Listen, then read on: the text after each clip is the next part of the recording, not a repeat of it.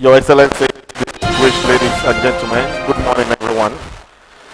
On behalf of the Ondo Ekimogun Youth Congress, I want to apologize that this event is starting 2 hours behind schedule. This is due to issues that's beyond control at the immediate time. I want to assure each and every one of us that we'll do what we have to do, and in about 3 hours we should be through with the whole of the debate, and we all should be out of here. I encourage everyone to please step into the hall so that we can begin this debate as scheduled. Everyone outside of the hall should please come in so that we can begin as scheduled. I will be reading out the rules that this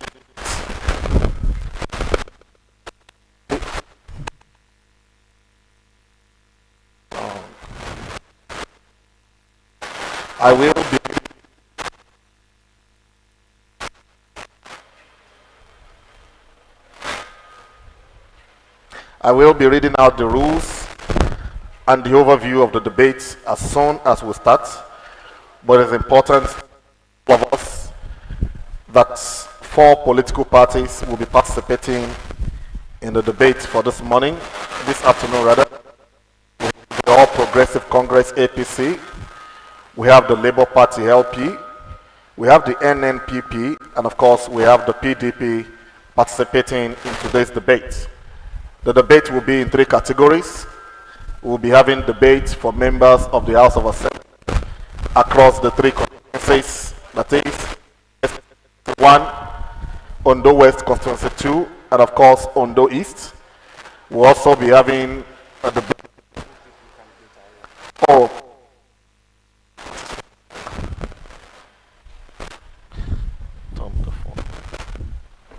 Please pardon me, I've just been informed that I made an oversight.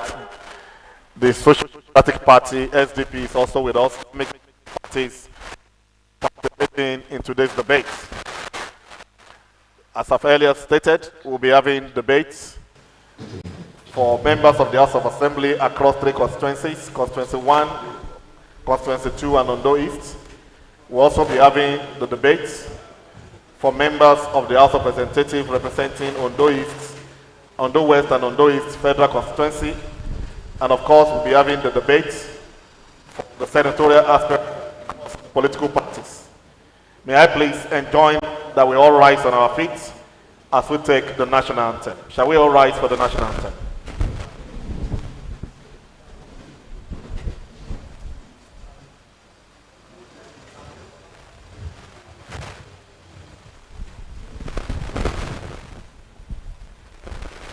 The national anthem, please.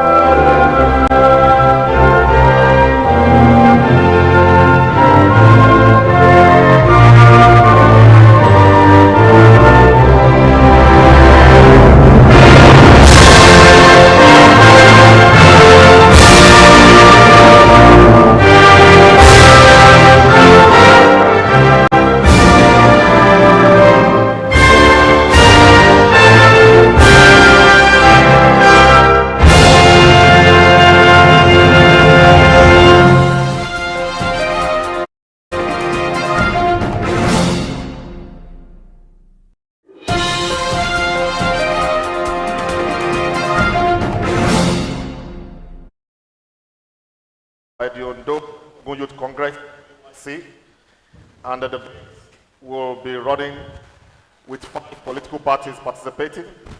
We have the APC, the LP, the NNPP, the PDP, and the SDP. For Ondo West Constituency 1, we have Otumba Munyoluwa Ogunmiju of the APC. If he's in the hall, he should please step to the podium. Can we put our hands together for him, please? So, from Constituency 1, we have Honorable Reverend John Fashui of the Labour Party. From NNPP, we have Prince Adekolurejo Adekole. And from the PDP, we have Honorable Tomide Bido.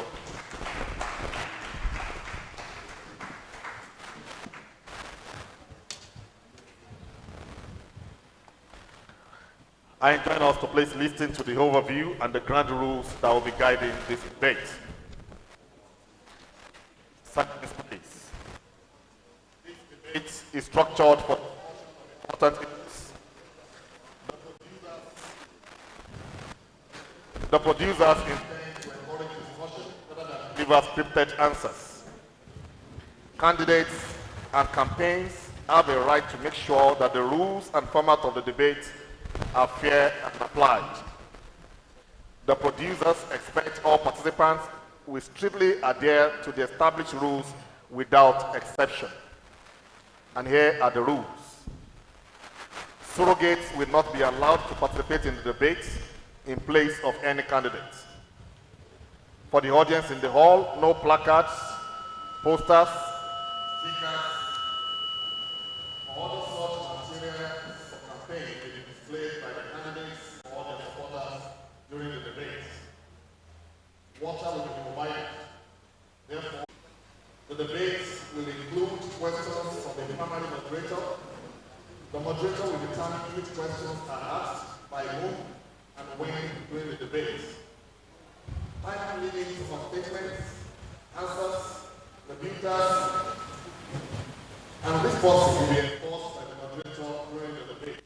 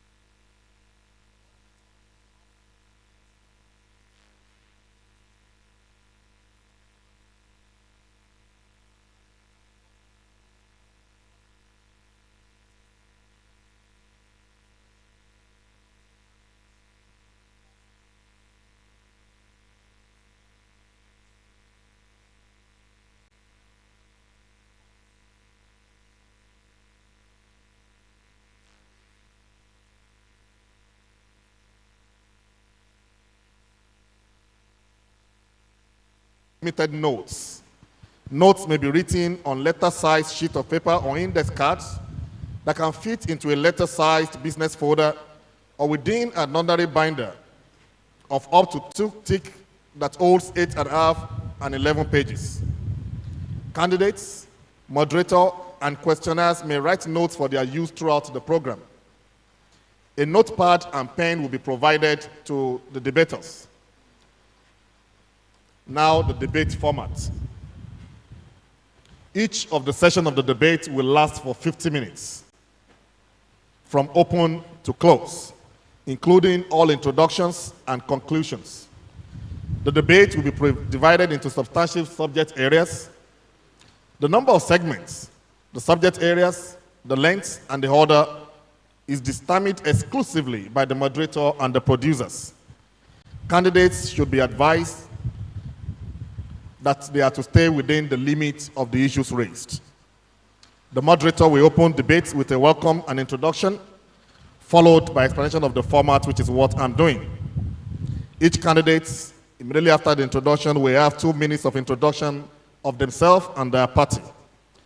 The moderator will address questions to all candidates, but not all candidates will be expected to answer every question. Each candidate will have 1 minute and 30 seconds to respond to each question. The moderator will lead a brief discussion and follow-up question if necessary.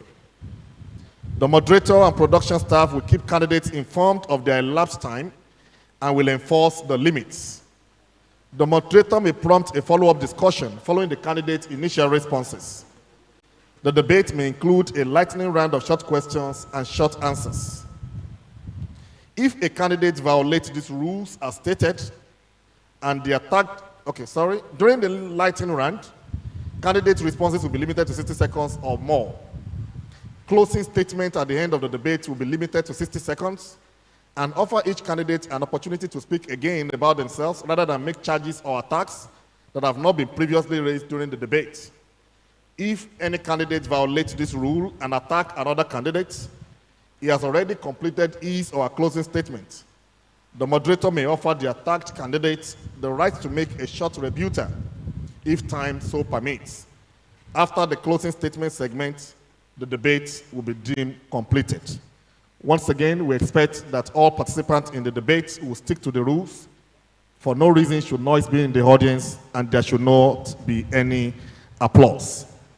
For the benefit of doubt, I make to announce to us that the questions that will be asked has not been given to anyone before now, not even the producers of the show.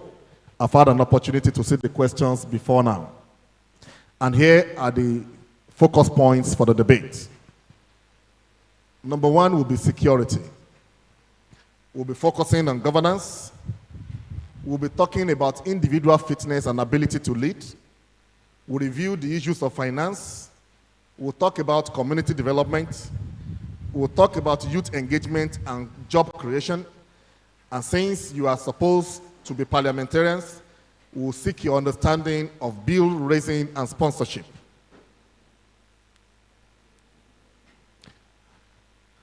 We are beginning the debate now, and the time starts counting. Okay. The producers should please produce sheets of paper and pen for the debaters, please. Paper and pen for the debaters. We open the debate. Please be reminded that for this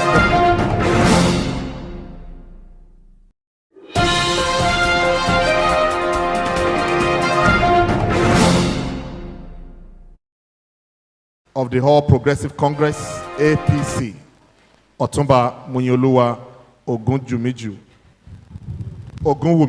apologies. Munyolorun Ogunjumiju. All right, of the APC. You have the floor, you have 2 minutes. Good afternoon, ladies and gentlemen. My name is Otumba Munyolorun Ogunwumiju, and I'm the candidate for the APC in the election happening on the March 11th, 2023. I am happy to be here, and I welcome everybody. I want to represent the good people of Ondo West Constituency 1 in the House of Assembly, and I think I am the best man for the job. The reasons I think I'm the best man for the job is because I have the capacity, I have the knowledge, I have the exposure, I have the experience to do the job. Before now, I managed a host of businesses and I worked in Nigerian based PLC. There I learned what leadership is truly about. As a manager of over 400 staff, I managed the operations successfully. One of the reasons why I believe I'll be a good House of Assembly member is because I will be in tandem with the government of the day, which is the APC in the central. By being in alignment with the government of the day, I'll be able to get what we deserve and what we want in Ondo town by ensuring that we are not cheated in any way. all the bills that we pass in the House of Assembly will benefit the good people of Ondo City. Your time is up. Thank you very much. It is the turn of the candidate of the Labour Party, Reverend John Fashui. Praise the Lord. My name is Reverend Honorable John Fashui, an indigene of Ondo West local government. I believe I should be the best to contest for this position. I am an educationist. I tried this position 20 years ago while I was in PDP. But God's time is always the best. I've held some positions in public life, and I was in a company, and I taught for several years. I believe my experience, even as a union leader, representing Ondo West, and participating in so many activities at the state level as an NUT secretary, and as chairman of all the teachers in Ondo West and Ondo East local government in the past, having the opportunity of meeting so many governors, including military governor, settling issues of unionism and the education sector vis-a-vis the public. I have come to know many intrigues of government and how to affect the life of the citizenry positively. So I believe, giving me that mandate, Ondo will never regret. Ondo is going to become another place entirely when it comes to delivering the dividends of democracy through legislation. May God bless us. All right, thank you very much. It is the turn. One of the rules is that the audience are not expected to clap or jeer, please. It is the turn of the candidate of the NNPP, Prince Adekolurejo Adekunle.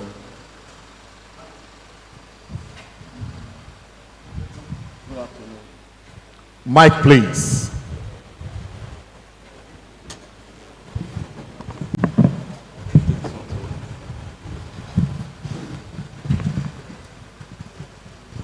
Good afternoon, ladies and gentlemen. President, Ondo Ekimogun Community Youth. My name is Prince Adekolurejo Adekunle, the biological son of late Oba Itiade Adekolurejo. I believe I am the best man to do this job. I am a businessman. I'm into transportation business. I'm a COE of Adekoroye Farm, and I'm a rural development director at African Biogas Association. For so long, I can see obviously that our people are not happy. We are all suffering because of the bad leadership we have. I've been in Ondo for so long, and I've been able to bring African Biogas to Ondo for so long, which is an alternative source of energy. I also plan to establish oil mining business into Ondo State. But for the bad leadership we had so far, we could not bring that up. I am not imposed by godfatherism or cabals. I was interviewed, screened before I was given pass to contest in my party. I'm representing NNPP, that's New Nigeria People's Party.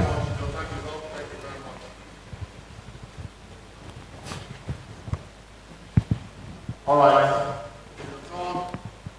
The candidate of the PDP, Thank you. I greet my co-debaters and members of the audience. My name is Tomide Leonard Akinribido, member representing the virtuous people of Ondo West Constituency 1, a native of this kingdom, a trained media analyst, seeking re-election on the platform of the People's Democratic Party, the PDP. Over the last 3.5 years, we have exhibited very high level of allegiance to the Constitution of the Federal Republic of Nigeria. I have defended fearlessly the interests of the vast majority of my constituents. We have participated very actively in lawmaking activities, ranging from passage of bills to committee activities, oversight duties, confirmation of appointments, and all other legislative processes. We have been able to facilitate some modest of social intervention to this constituency. I have used my own personal resources to also brought some measure of interventions to the constituency. It is my belief that the best form of progress for this constituency is to allow an incumbent to consolidate on the very firm foundation of premium, vibrant, and effective legislative representation that I have laid in my first honor in office. Thank you very much. All right, thank you very much. That is the introduction of the party and individuals who are participating in the debate. We'll go into the heart of the debate, and please be reminded that you have 1 minute 30 seconds, which is 90 seconds, to respond to each questions asked. And I'll begin with the candidate of the LP, Reverend John Fashi. It's been said that you are of the old folk. You are the oldest, possibly, of all the aspirants. One of the things that have been in agitation is that youths should participate in politics. So one would wonder, why would you choose to contest the position when, of course, we have young, vibrant minds who are willing to take the same shot? Praise the Lord. Don't mind me. I cannot divorce my faith from politics. I love youths. Before now, have been a very vibrant youth in different levels. And I still wish youth participation in governance actively. But you can't brush away experience. Anywhere, both the youth, the elderly, supposed to complement each other so as to advance their society. So while I am expecting many youth to come on board, do not say your fathers that their mouth is thinking. So let us come together, do it together, so that it will please God to advance Nigeria. God bless. All right, thank you very much. The candidate of the NNPP, one of the insinuations against your person is that you are relatively unknown in the politics and development of Ondo Town. It has also been said that you probably want power for power's sake. What is your response to this?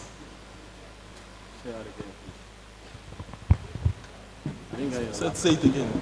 All right. One of the arguments against your person is that you are relatively unknown to the politics of Ondo Kingdom. So the question would be, why now? Is it power for power's sake? I am not taking power for power's sake.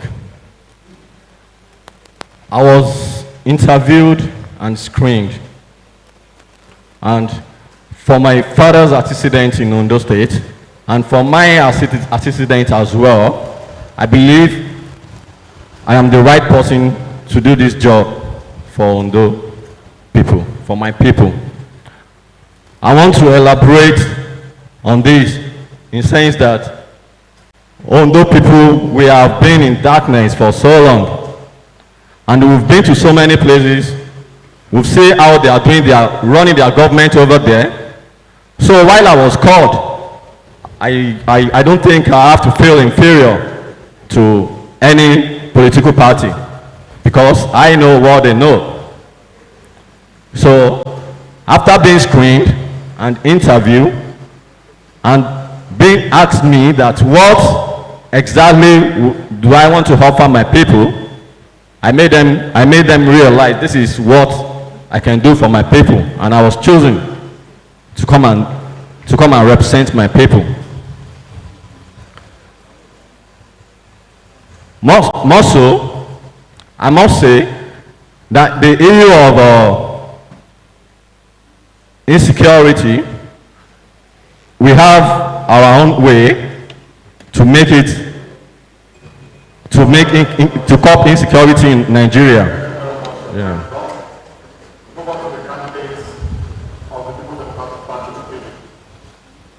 One of the issues of the street against the is that there are products of godfathers. And the question is this: the law of the belief you are practically imposed on the party to have a second ticket. What do you say? That's simply hilarious. The People's Democratic Party has one of the most credible and transparent democratic party primary in the history of this country. I participated in a free, fair, and equitable primary process. After the primary election, my rival in that primary process visited me in my office and in my residence in Akure to congratulate me. The primary was held in an open atmosphere for everybody to witness it. Majority of the delegates chose me because of my record and my antecedents. I think I've gone past the issue of being labeled with a godfather. If a godfather imposed me my first term, the godfather helped me to perform my duties in the assembly. I am widely renowned as one of the most best performing legislator in Ondo State under this next session of the House of Assembly. So I have justified myself. I have been able to show that I have the capacity and the competence to serve as a legislator. I have represented the interests of the vast majority of my people. I have also developed a high level of interpersonal relationship with my constituents. So I will say without any fear or favor that I am not a product of godfatherism.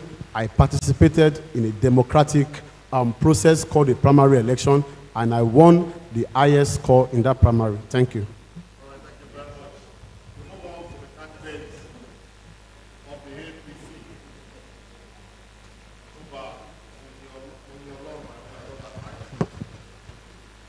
All right.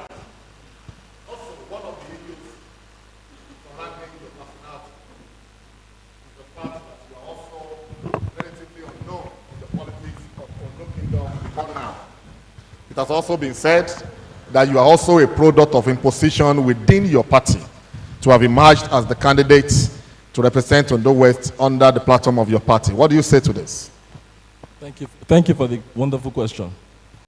In terms of the first question, which is that I'm relatively unknown, yes, before now, I wasn't in active politics. But that is what we really need in Ondo Kingdom.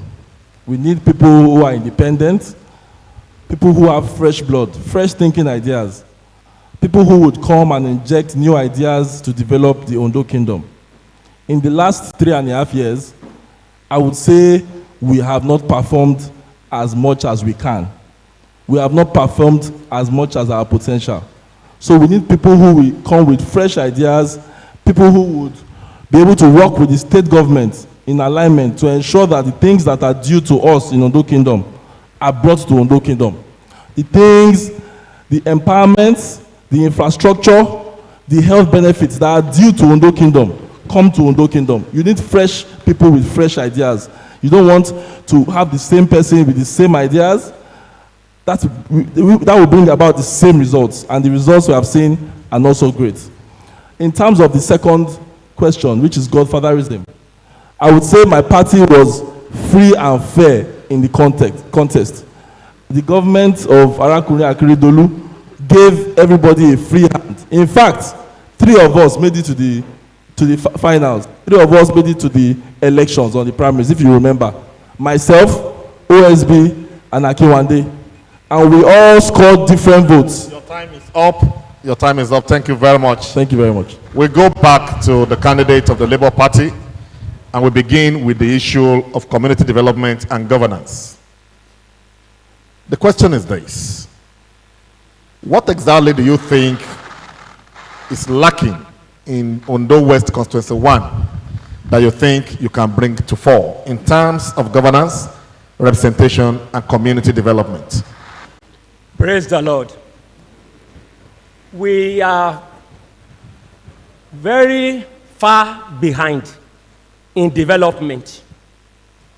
It's always a thing of sorrow to me when I travel here and there and I got to know that we are behind when we talk of development. The impact of government has not been felt seriously in Ondo West local government. When our former governor was around, he was planning to have, I think, a 5-star hotel at that, what do you call it, women affairs area. It didn't come on board. The subsequent governor came in. We thank God he was able to do his own, having mother and child and so on. But with the presence of the federal government, the presence of the state government is not well felt in Ondo West. Therefore, that is why many of our youths just parading themselves here and there. Many are jobless. Many they took to Yahoo. They took to all these vices. The women folk, the ladies, no, it's another thing it's nothing to write home about. So I believe myself as a person in the legislative house by his grace, I will bring about some legislation whereby some cottage industries. Your time is up. Your time is up. Please have it in mind that you have 90 seconds to answer each question. We move on to the candidates of the NNPP, Prince Adekolurejo Adekunle. Your party, the NNPP, is relatively unknown in Ondo State because you do not even have any seat in the assembly. Should you win the election, what is the likelihood that you will not jump ship into one of the leading parties as an assembly member? And how do you hope that your voice will be heard as a minority in the State House of Assembly?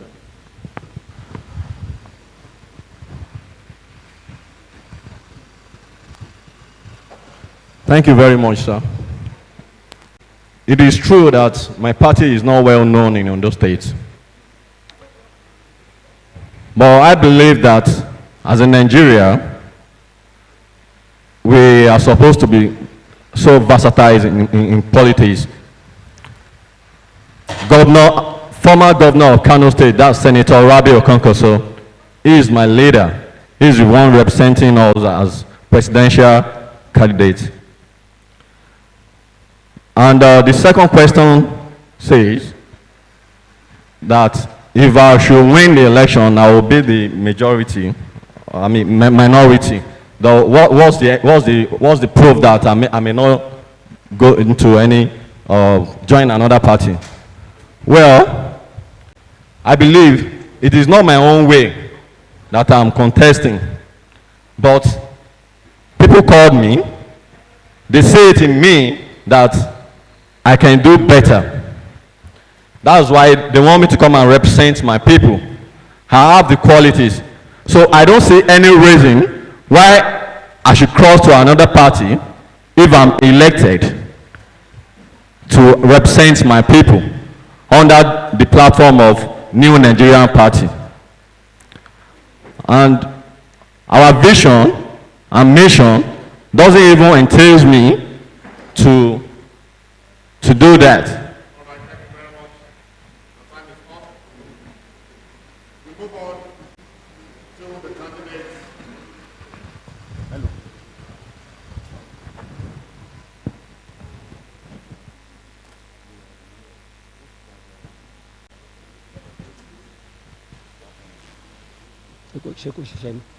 We move on to the candidates of the PDP, still on the issue of governance and community development. You have had a shot at the House of Assembly. The question would be, do you not think it is time to step aside for another person to represent the constituency? And what do you think you've started that demands or warrants a re-election for continuity, putting in mind that you are in the opposition And there's a limit to how much your ideas can fly, even from the opposition party within the House of Assembly. Thank you. Like the saying goes, that when you have the best, then good is not enough.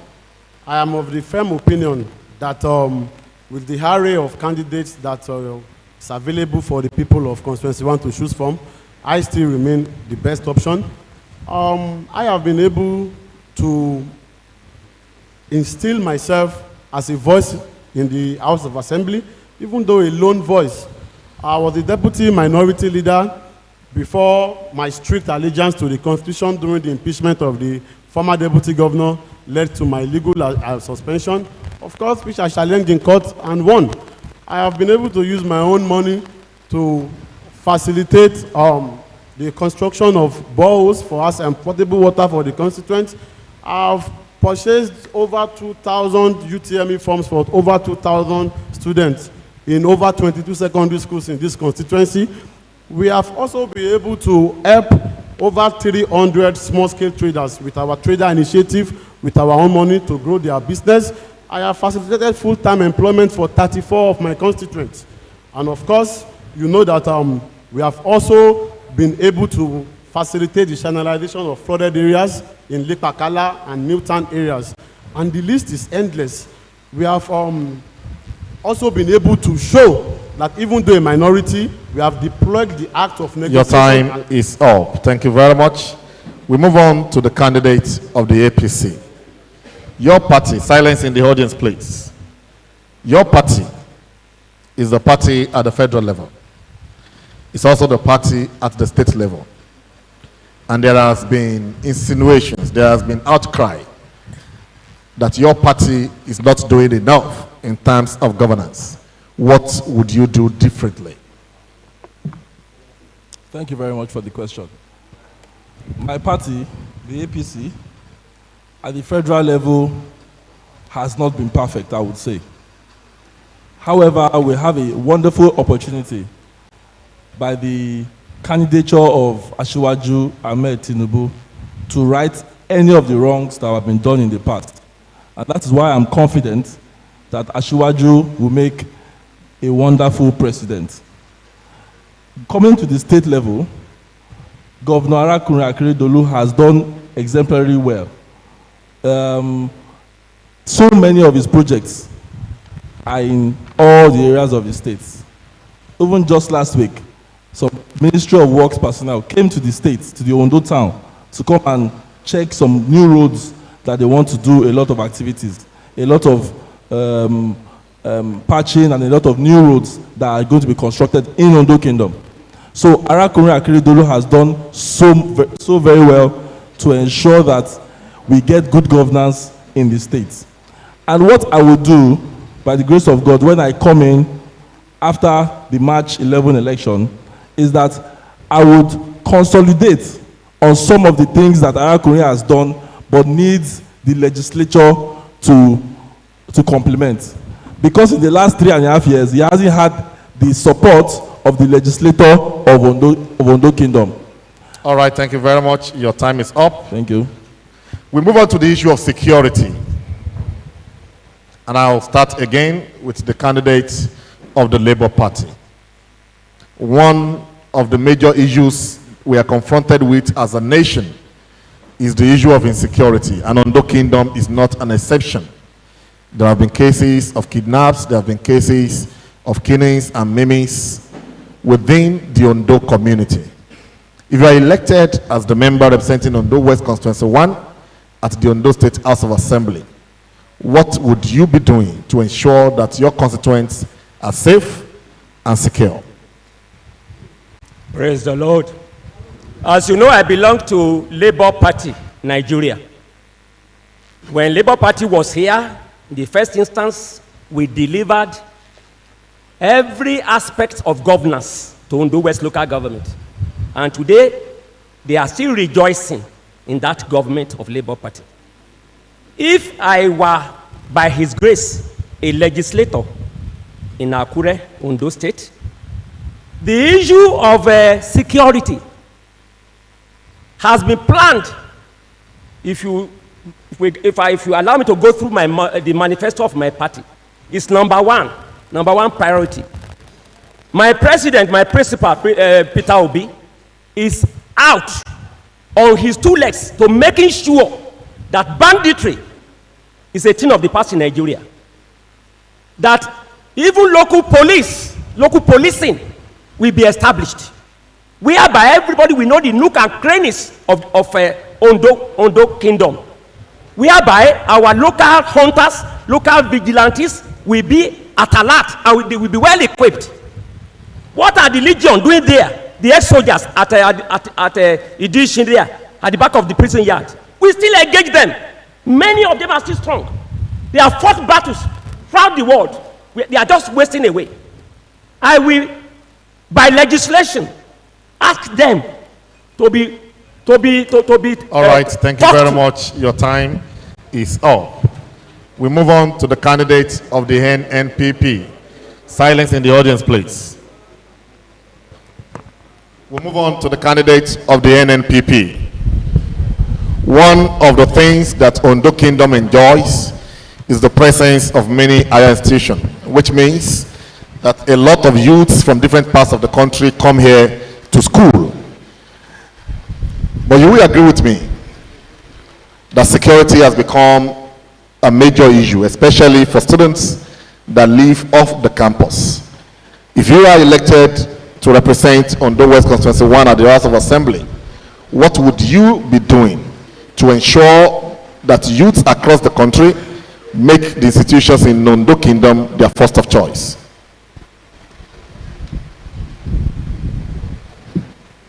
Thank you, sir.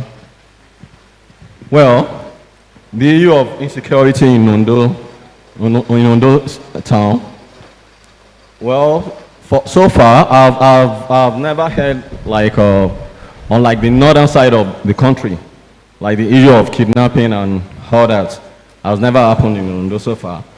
But basically, I believe that my presidency candidate, that's Dr. Rabi Okonkoso, was formerly the Minister of Defense of Nigeria, and there are some techniques that are learned from him as in person. The issue of insecurity in Nigeria, I will try my best in Ondo town. I will try my best to make sure I create a room for vigilantes that will make sure they protect our lives and properties in Ondo Kingdom. I will try my best as well to make sure I endorse the Amateku that will protect our lives and properties in Ondo town. And I believe with this, our students will be moving freely without no benefit of doubt that probably they might be kidnapped and or probably they are not safe. You know, I will ensure that we have adequate security in Ondo town. Thank you. Please, once again, we enjoin members of the audience to please focus on the debate and not side talks. If you have to talk, you may please step out. We want silence in the audience. Thank you very much. We move on to the candidate of the PDP. You have been in the House of Assembly for over 3 years, and it is on record that the assembly that you belong to rejected state police, among other things, in the new attempt at reviewing the Constitution, including rejecting autonomy for the House of Assembly. Where do you stand in all of this? Thank you. Firstly, I want to react to the imaginary claim by the APC candidate that the Akeredolu's administration has performed creditably well, with no single completed project in Ondo West local government in 6 years. That is a ridiculous claim and an insult to all right-thinking citizens of Ondo Kingdom. I wonder if the governor has decided to bring development to Ondo West and I rejected it. In fact, they are fighting me because I am holding them to account.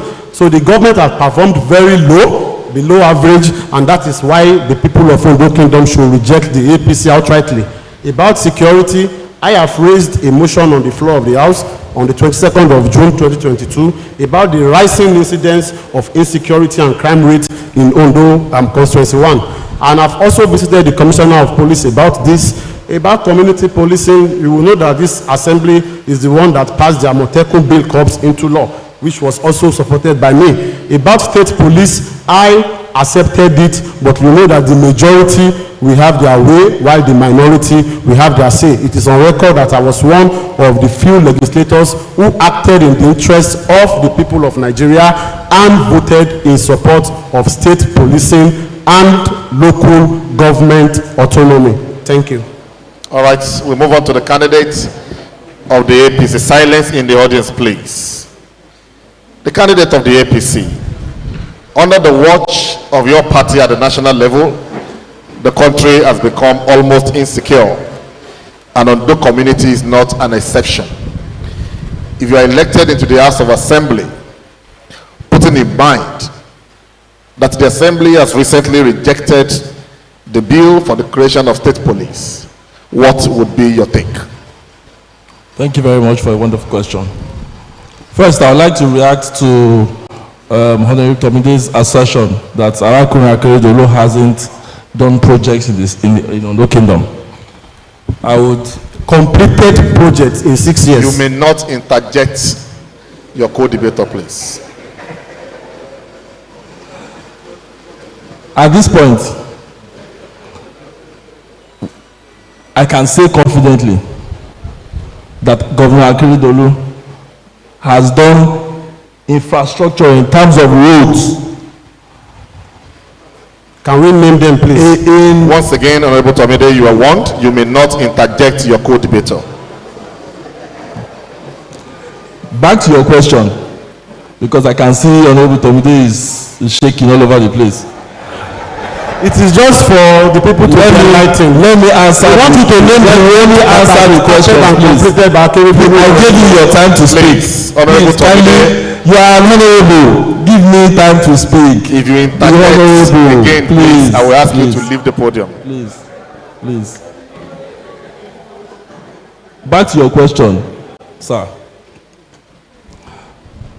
When I get to the House of Assembly, inshallah, after March 11th, I will ensure that the security apparatus that the governor has set in place, which is the Amotekun, are given more training, more equipment, so that they can fight in every nooks and cranny of Ondo Kingdom. Also, I would ensure that our ODC corps are given more responsibility, more training, and are given the opportunity to rise up to their potential. I will ensure that the state recognizes them, and also that the state gives them the potential, the equipment to support them in security matters. Thank you. Thank you very much. May I please inform us that this event is streaming live, so you may inform your friends and family to please join online, both on YouTube and on Facebook, where this event is being live streamed. We are winding up for this session. I will ask you just one question each. After that, you will be opportunity to ask one another question, and then you will have 1 minute submission before you leave the podium. And to round up for this session, we'll ask you, the candidate of the Labour Party. One of the mistakes that legislators make is to take over the role of the executive by project implementation, which a lot of people has frowned against. Virtually in all the states and at the federal level, we hear of constituency allowance, even though it has been adjudged illegal. What is your take on this?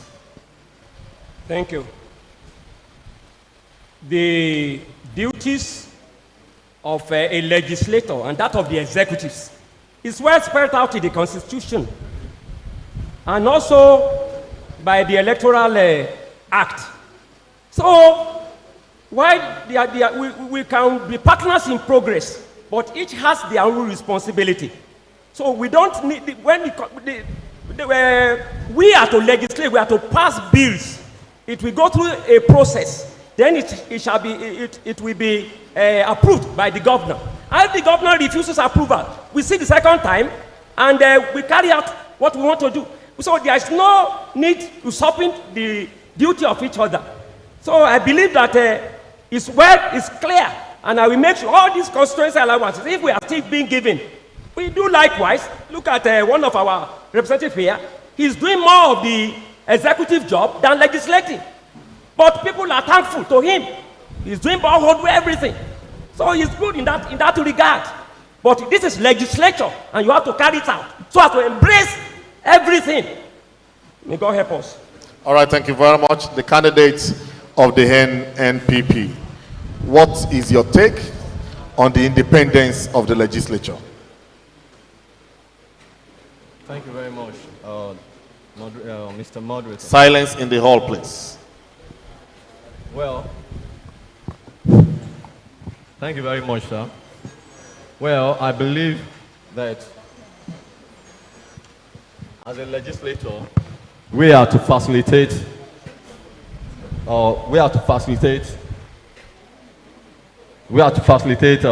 things, and in terms of like what my co-debater. Your question is, what is your take on the independence of the legislature? Oh, okay. Well, my take for the independence of a legislator is like, I believe we are to facilitate projects in the state, in our constituency rather. And if it happens, like, I tried all my possible best to facilitate, if I'm elected, all the projects I have on my table, if I facilitate it, and if the governor does not give us approve, I don't think there is nothing, I don't think we have say. There is nothing we can do if the state government, the state governor does not give approve to whatever we facilitate. Thank you. All right, thank you very much. We'll move on to the candidates of the PDP. I enjoin us to please maintain silence in the audience, please. The candidate of the PDP. You have had over 3.5 years experience as a legislator. Where do you think the problem that often emanates between the legislature and the executive lies? And what is your take on the resolution of same? My take on it is that there is an overbearing influence by the executive on the legislature. The executive wants the legislature to be tied to the apron of the governor. And that is why our people must make sure they don't vote for puppets and stooges of the governor, but for independent-minded candidates to represent their interests. For example, the issue of financial autonomy that you brought up the other time, we passed it into law in the House of Assembly. The governor of Ondo State assented to it. But do you know that till now, the almighty executive have decided not to implement it? A signed bill that was passed into law and assented to, not implemented, simply because they believe that if the House of Assembly is financially autonomous, they will not be able to carry out the bidding of the executive. And also we have the issue of party supremacy. A lot of the legislators think their loyalty should be forced to their party, the ruling party or the government, thereby jeopardizing the interests of the hapless constituents that voted for them. So in my own case, I have demonstrated strict allegiance to the Constitution of the Federal Republic and the overriding interest of my constituents. And I think that is what every person aiming to represent their constituent should also be known for. All right, thank you very much. The candidate of the APC, should you be elected into the House of Assembly, do you have the guts to have independence of mind against the interest of your party and possibly the governor of the state if it's from your party? Thank you for that question. And yes, I will have the guts to challenge decisions that I think are not good for the people of Ondo Kingdom. I am elected. I will be elected to serve the interest of Ondo Kingdom, not the interest of any other person. And I would have the guts to challenge decisions and to make laws. As a legislator, my job is to legislate, do oversight functions, and to represent the people. The candidate of the PDP mentioned many things that he did, and most of them are executive functions, things that philanthropists do, things Things that people who like the public, who have money, they just do for the community. Boreholes, UTM forms, I've been doing those things for years. It's not an achievement. Make laws to help the people of Ondo Kingdom. That is what a legislator is there for. When I get into the legislature, I will make laws to ensure that the good people of Ondo Kingdom reap the benefits of democracy. I saw one of the clips that my PDP candidate did, claiming one of the works of Honorable Borokini. That is the bill sponsored by the Persons Against Violence. It was sponsored by Simeon Borokini. I don't know one bill that was sponsored by our representative for the past 3.5 years. Not one bill. Please, I would love if you can give me one bill that was sponsored by you. All right, Thank you very much. Your time is up. Now, silence in the hall, please.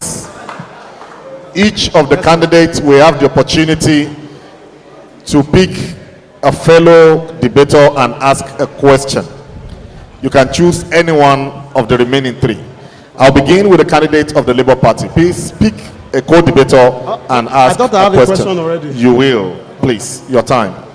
You have just 1 minute. Honorable, calm down. Silence, please. My questions go to the candidate of the PDP.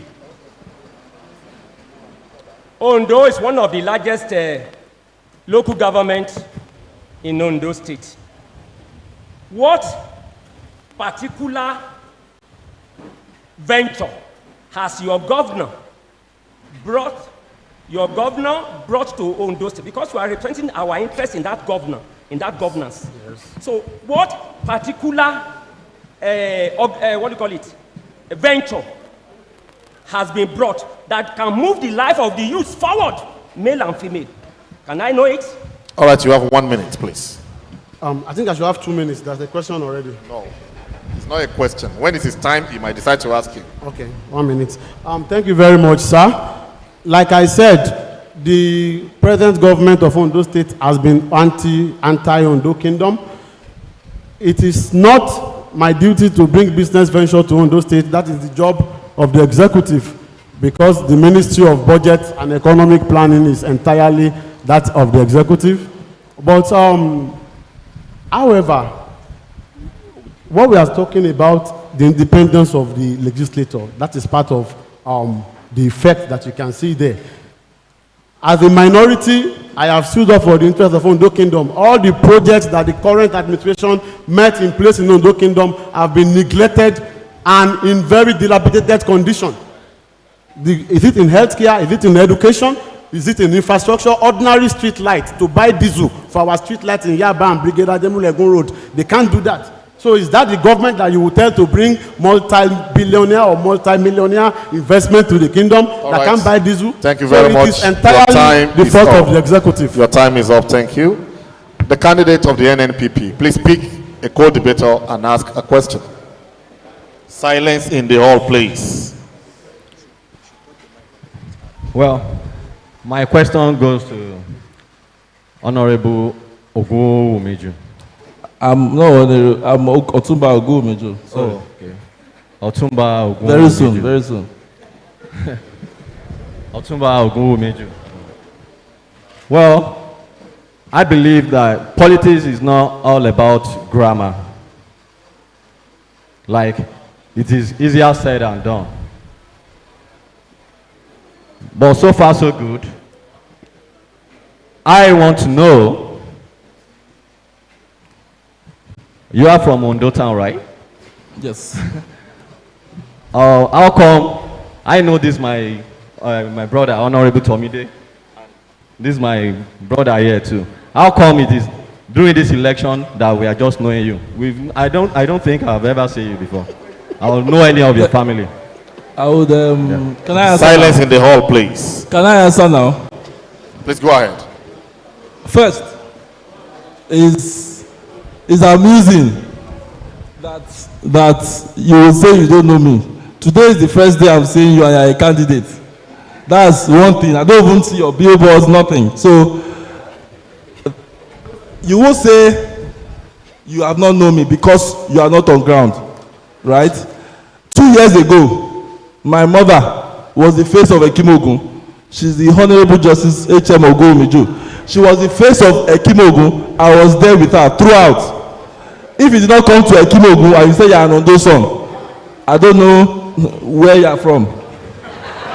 So I'm talking about, she was the face of Ekimogun. She was the person that Ondo State, Ondo Town wanted to showcase to the world that she is our child. She's the highest ranking official of Ondo Kingdom ever. So when you say you have not heard of Ogumiju or me, I'm wondering where you are. Thank you very much. Your time is up. Thank you. Honorable Tomide Akinbido, your question to any of your co-debaters. My question is... Silence, please. My question goes to the APC candidate. I will still repeat what I asked earlier.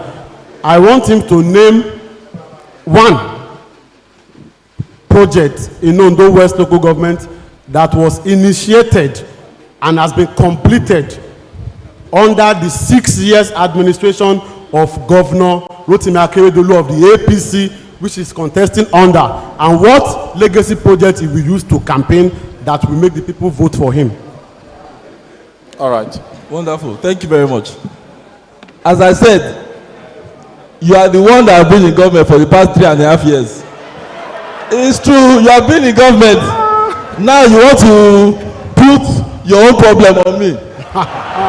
No. Part of the jobs of a House of Assembly member is to represent. As a representative, you should hold the governor responsible for bringing projects to the state, to the town. You should ensure that the governor, because in the budget there are roads, right? Ondo State, Ondo Town has roads in the budget. Your own is to perform your oversight function and put your neck on the head of the Commissioner of Works so that you can implement and execute those projects. Please.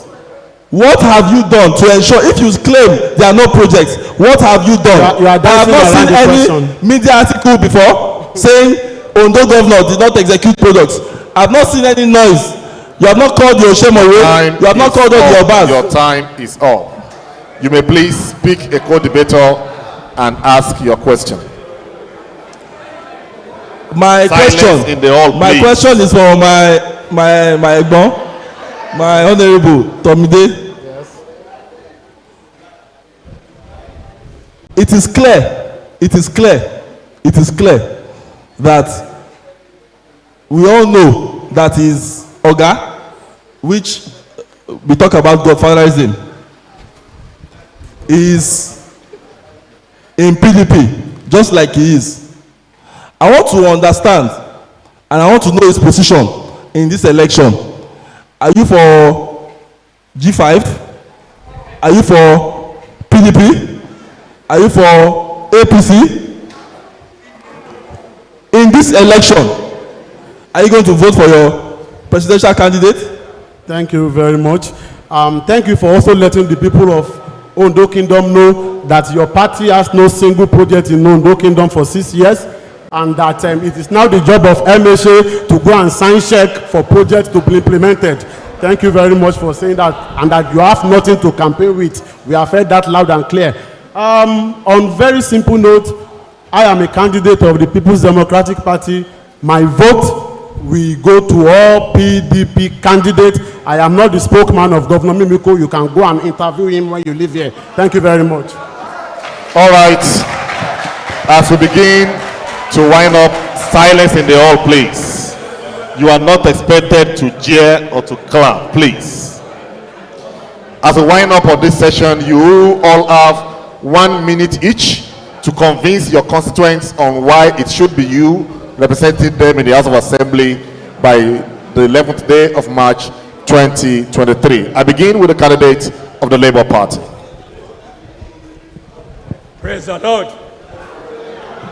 Every sensible Nigerian, every intelligent, wise human being all over the world, they know Labour Party, they know Labour Party is the talk of the town. So be convinced with my principal on top, me at the third level. Hey, You will laugh. Everybody will rejoice. We will deliver. Education-wise, health-wise, social ability. Oh, congratulations, congratulations. We will deliver. God bless you. All right, the candidate of the NNPP.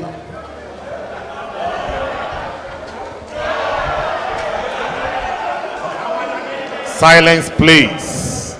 Silence, please. The candidate of the NNPP. Please, in 1 minute, convince your constituents on why it should be you representing them in the House of Assembly. Thank you. Why it should be me to be representing my Ekimogun Ondo people is because of my father's antecedent and my own antecedent. My father was the pioneer king that created, that invented Ekimogun Day in Ondo, which was 1983 or so, or 88. Secondly, without being in any government, I've established African biogas as far back as 2007 in Ondo town. And to the best of my knowledge, about 10 Ondo EDG are presently working with African biogas organization in Ondo town, which they feed their family from there. This is what I want to do. If I'm elected, I won't give you fish. Your time but I will is up. teach you how to fish Your time and is empower, up. and Thank empower you with very that. much. The candidate of the PDP, please convince your constituents on why they should return you to the House of Assembly. 98% of the bill under this current assembly, by the overbearing influence of the executive, have been executive bill. The violence against persons bill that the APC candidate mentioned was sponsored by the executive and not by Honorable Borokini, but an ad hoc committee of 5 members was set up, of which I was a member. So Honorable Borokini cannot lay singular claim to sponsoring that bill when 5 people worked on that ad hoc bill. Also, my people already know that I have been their voice, that I have laid the foundation of firm, effective legislative representation, and of course, that they need a ranking legislator in Ondo West local government. We cannot go and have new people that don't know what they will do when they get here. So when you have a first-timer that has performed, the most sensible thing to do is to re-elect him to continue defending your interests. Thank you very much. All right, the candidate of the APC, please convince your constituents on why they should send you to the House of Assembly for representation. Thank you very much. Representing the good people of Ondo is not a laughing matter. Ondo Kingdom doesn't need another Adeleke. We need people who can work. We need people who can represent us. As a House of Assembly member, right, I'm going to ensure that I can give small businesses grants by passing laws to encourage small businesses in the town. We have a lot of small businesses who take care of a lot of households, take care of beer parlors, restaurants that take care of a lot of households, send people to school. We will encourage them and give them grants so they can build their businesses. Also, we'll work on the power supply. This is something that you need to understand, that voting for the APC government will help, because I will work with Honorable Abiola Makinde Oshapapa, which is already doing, to ensure that we can put more transformers and poles in areas that are not connected to the electricity grid. Also, we are already also working on ensuring that through the NERC in Abuja, they can increase the power capacity of the 2 grids at Oka and also at All right, Garage. thank you very much. These are a couple of things Your that we can time do. is up. For the past 59 minutes, we've engaged 4 candidates of different political parties that seek to represent Ondo Constituency 1 at the Ondo State House of Assembly. I would ask that you please greet one another, embrace one another, and please take your leave.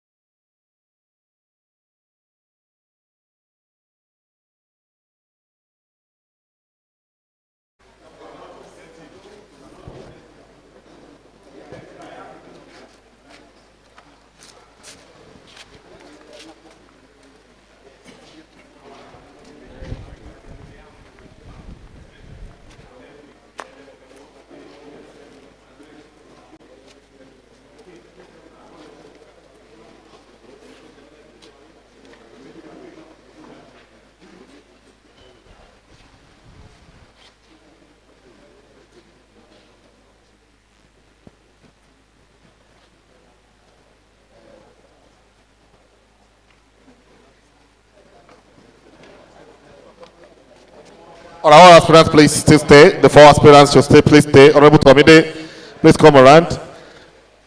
All the aspirants, please. The candidates, sorry. They are no longer aspirants. They are candidates now. Where is the fourth person?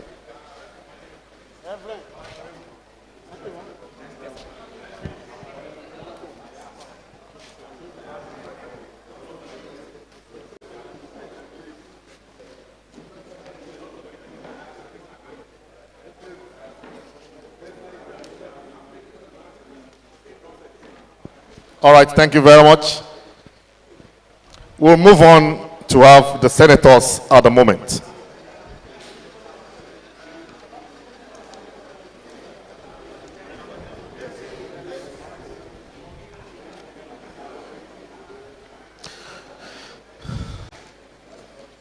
Your Excellencies, distinguished ladies and gentlemen, we'll move on to take on the senatorial candidates, please.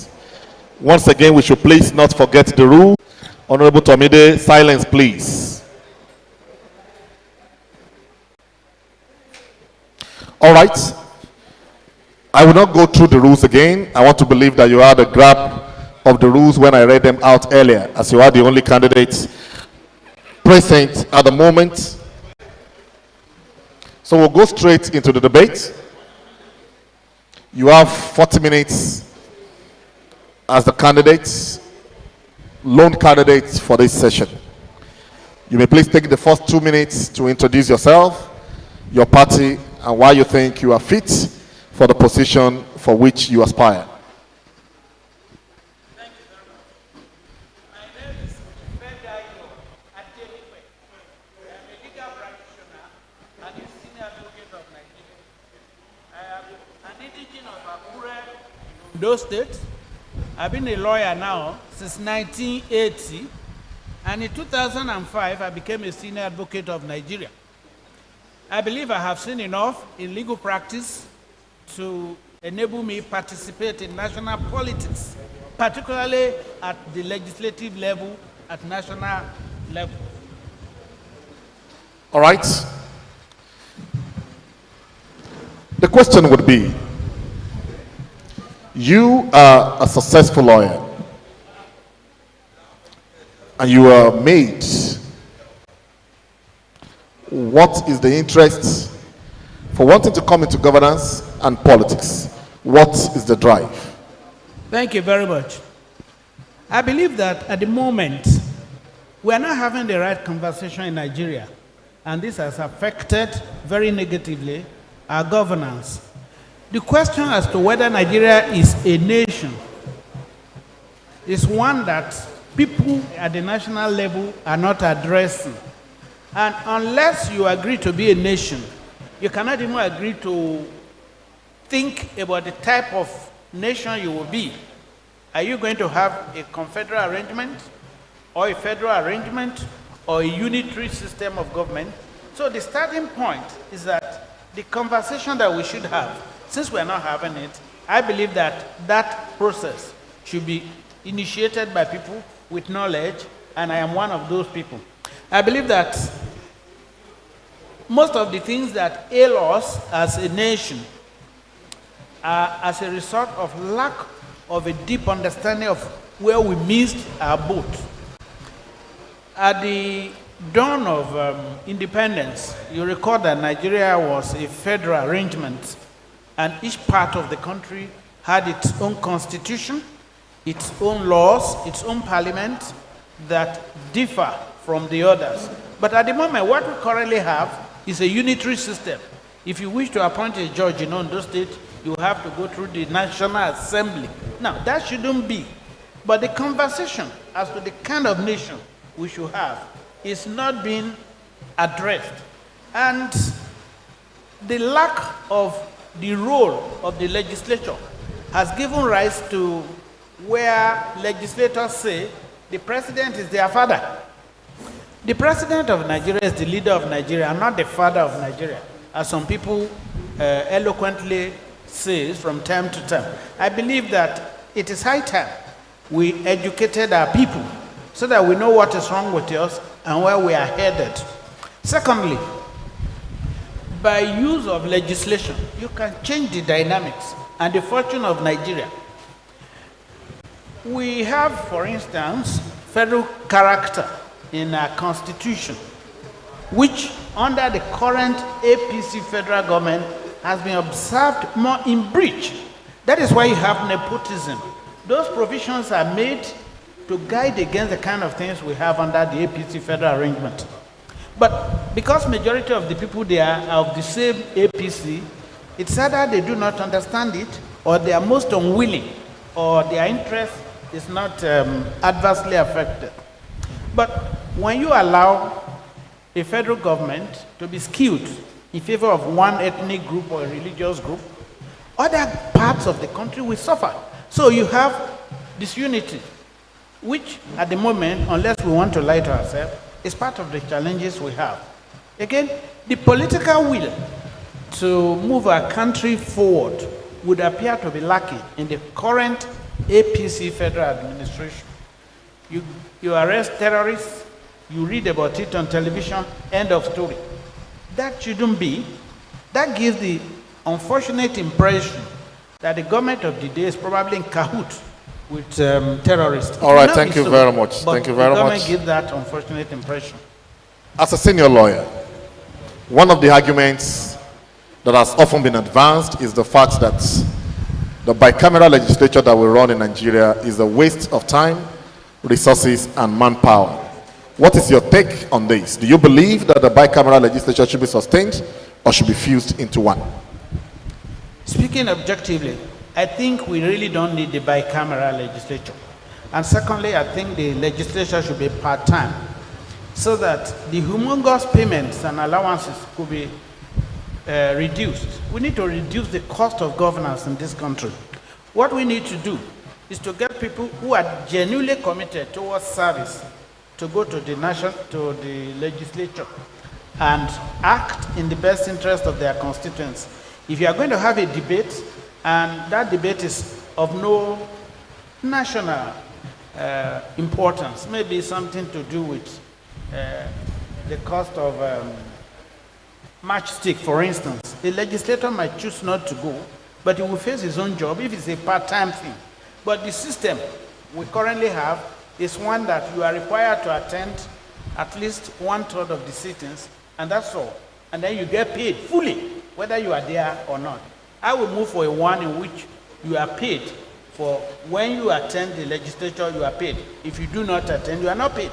And then this large National Assembly, I'm sorry, I think we do not deserve it. We don't need it.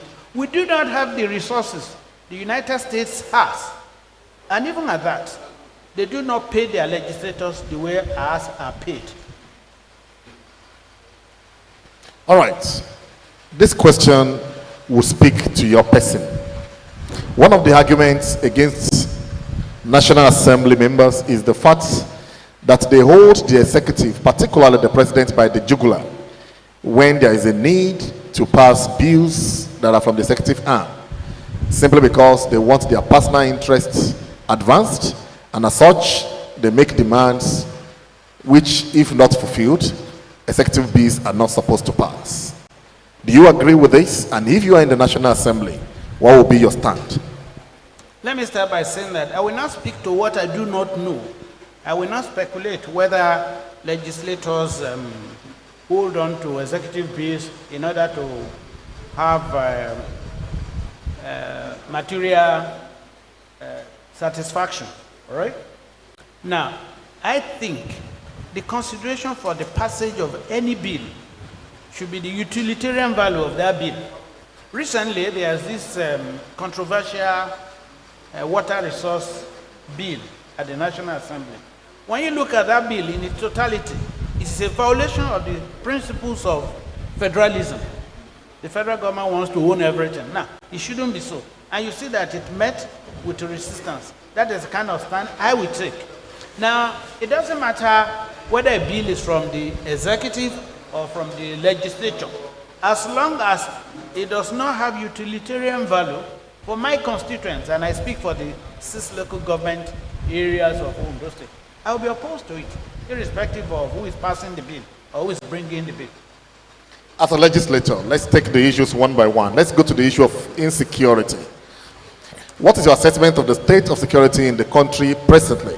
And if you are elected into National Assembly, what will you be pushing for? Only somebody living in Mars will tell us that there are no insecurities in Nigeria at the moment.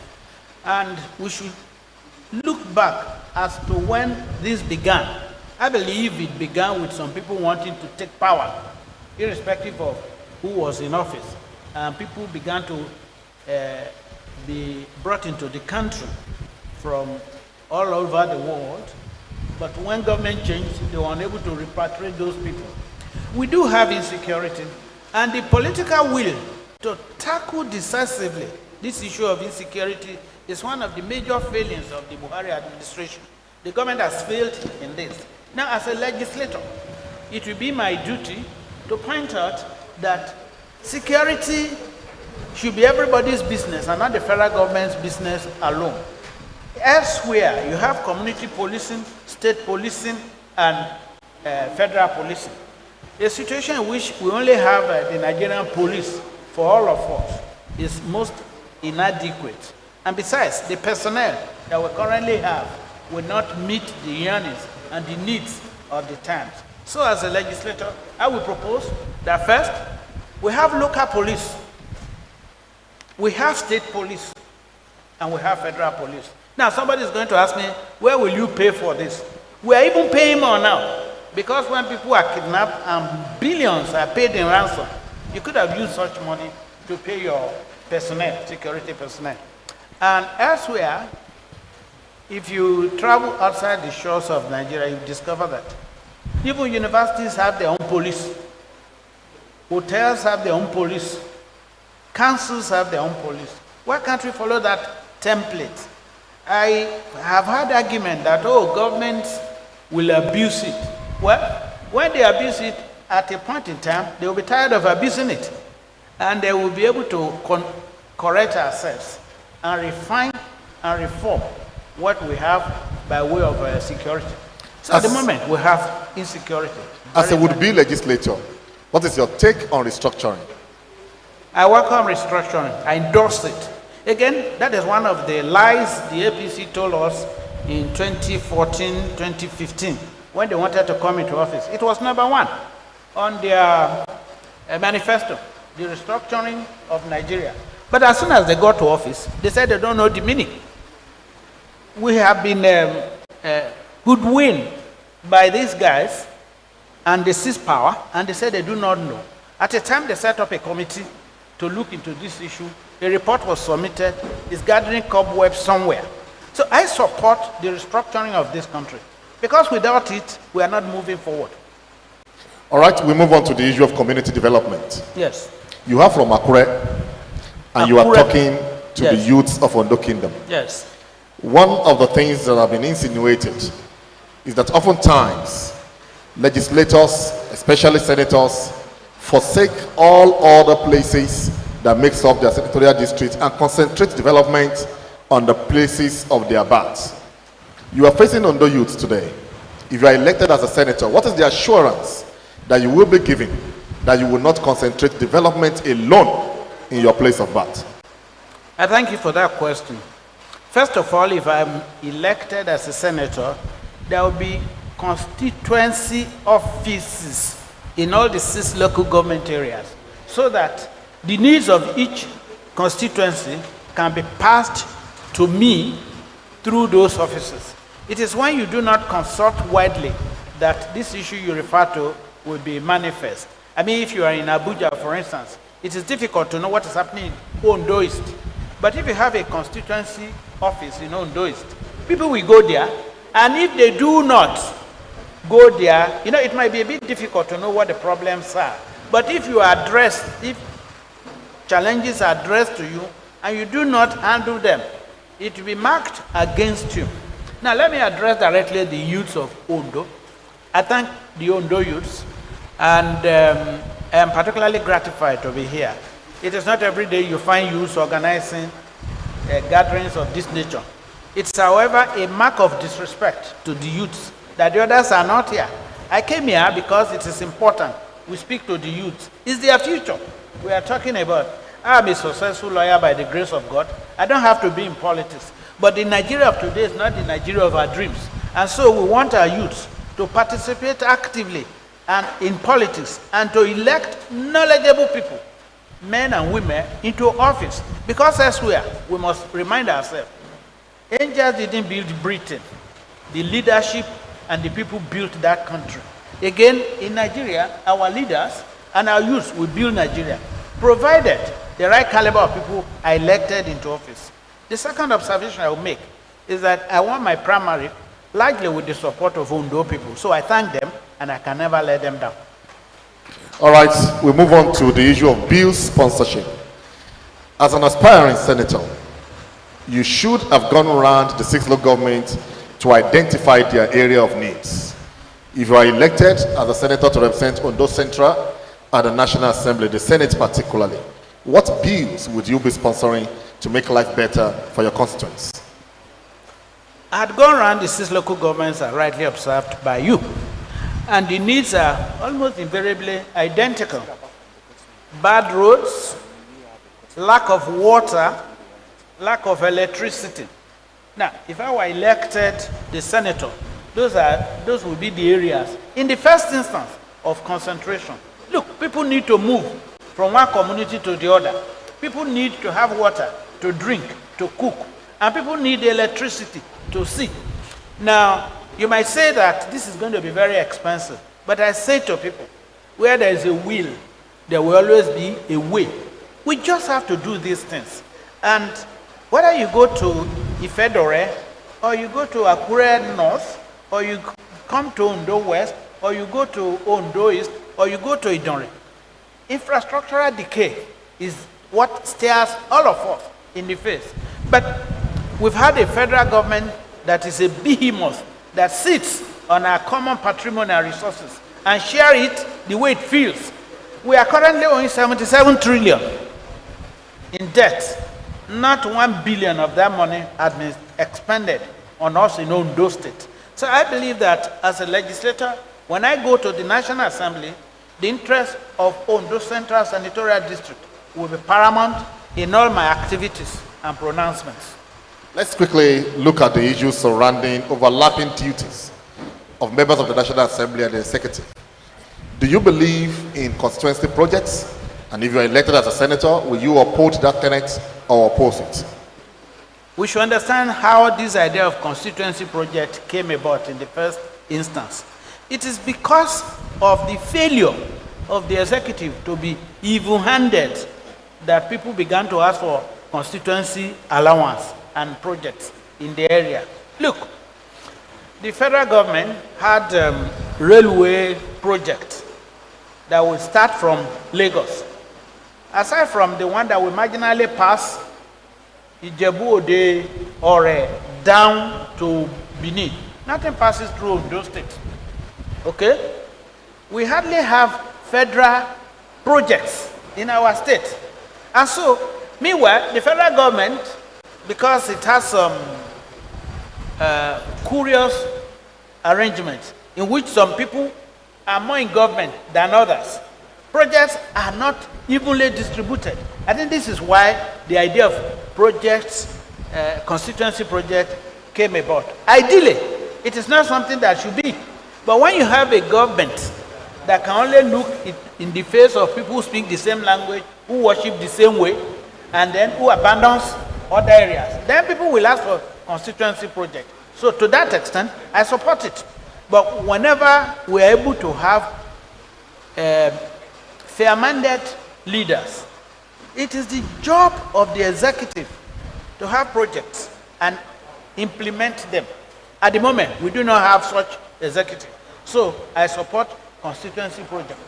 All right, let's speak to the issue of job creation and youth empowerment. If you are elected as a senator, what is the fate of these youths under your representation in terms of job creation and engagements?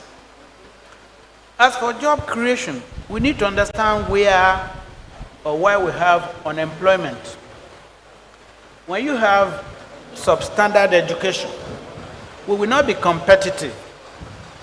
The world is a global village, and people work outside Nigeria from their homes. I mean, computer technology and all that. So one of the things I will advise and work on is how to give our youth knowledge on how to be competitive. We will have to do that. We call it youth empowerment. It's not the one you buy chocolate or the rest and give to youth. I mean educational empowerment to enable them to be competitive. Number two, I understand there are about 650 federal government parastatals and agencies. I will look through those agencies and invoking, as it were, the principles of federal character. I would like to see how many Ondo state indigenes are there. And if they are not there enough, I will make a ruckus and ensure that people from the state, particularly the central state, are given employment. We look at those things. Thirdly, is the fact that we need to begin now to think of an education that will be business generating. You know, if you go to school and all you want is to come out and wear tie, you will be employed by others. But if you had to go to school with knowledge to employ others, you know you will never be poor. The chairs we use, the tables we use, are fashioned by carpenters. Most of them do not have the requisite knowledge to make what you can produce and export. I think we need to look in that direction. And we need to look at our agro-ally industry. We are not doing anything. I mean, we produce cocoa, you just carry it away. I think we need to look at a situation in which when we get our cocoa beans here, there should be factories that even if you want to take them away, it will not be in raw form. And you need companies like that in our state. We have these products here. But more importantly, we all as a country should begin to think about how do we industrialize. At the moment, we do not have good roads. But look at, we have bitumen, in those states. It's lying fallow. And we will import the ones we need to build our roads. It shouldn't be so. So the political arrangement, which I keep harping on, is the wrong reason. We are not having enough employment. We are not having good security. We are not having the unity of purpose that we all clamor for. All right, still sticking with youth engagement and job creation. One of the pride of Ondo Kingdom is the Federal University of Education, which is popularly known as Adeyemi College. The independence of that university has been granted for a while, but it has not yet taken form in terms of takeoff. What role would you be playing in ensuring that the university is so properly called? When I'm elected a senator, the University of Education, Adeyemi, will be a top priority. This is because all of us who went to school were trained by teachers. And it is a thing of joy that we have such a university for training of teachers in our state. But we have to collaborate with the Honorable Minister for Education and Honorable Minister for Finance to make sure that adequate budgetary allocations are made for the university. Not only Adeyemi University of Education, but other institutions that the federal government had decided to put in our state. We will ensure that they are well funded. If the government is being lily-livered, we'll make the necessary noise and draw attention to why our prayers should be heard by the almighty federal government. So, Adeyemi University of Education will be a top priority. All right, as we begin to wind down, let's talk to inter-party affairs. If you are elected as a senator under the umbrella of the PDP, and you happen to have a president who is not from your party, number one, what would you be doing? Or will you rather jump ship like some do? Number two, take this with it. One of the problems bemoaning this nation presently is the issue of our debt portfolio. What is your take on the debt portfolio of Nigeria? And if you are in the Senate and there's a request for another loan, what would be your stand? Now, I'll start with the first question. when you are elected senator, you are the senator of the Federal Republic from a constituency. So the interest of the nation will be paramount. And so irrespective of who the president is, you scrutinize very carefully the policies and the projects that might be coming up. And if the projects will benefit your constituency, why will you oppose him? But if he's not going to look in your direction, of course you will oppose him from time to time.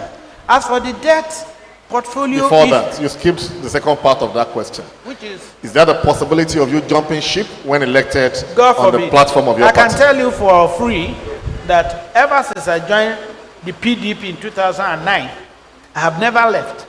Even when I didn't have opportunity of contesting, I remain there. Part of the challenges we have is people jumping here and there. Although there may be reasons why people leave one party for another. You may have some characters handling the party and mishandling the interests of others. Then they may leave. But for me, I will not leave. Even if I were the only elected PDP senator, which will not be, we are forming the government by the grace of God, I will remain in my party. And if at any point the party says, you've had enough, I will step aside for someone else. Now, as for the issue of debt that you alluded to, at the moment, it is very difficult, really, to understand how we came about this. Legislators simply allow the president to be borrowing. If I become a senator, such requests will be thoroughly scrutinized and possibly opposed. You need to pay your debt. You cannot continue to borrow for consumption. You are setting a debt trap for unborn children of the country. And that is a recipe for crisis. Nigeria should thank God that our people can take so much. Elsewhere, the current fuel crisis and currency exchange can lead to a lot of trouble. Elsewhere, we thank God we are not having it. So, any attempt at raking in more debt will be opposed by me. I will never support it. I will not.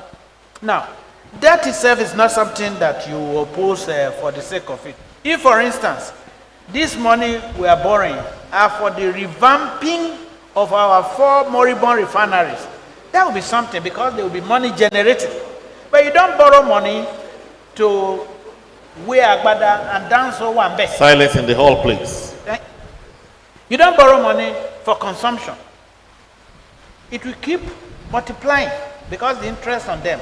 Now, as the current situation, if you ask me what do I propose, I will say to the APC, what they opposed in 2012, namely the removal of subsidy, they should do it immediately and put a freeze on capital project for the time being, so that we look at our debt portfolio and how we can bring this to manageable level, and then scrutinize our economy.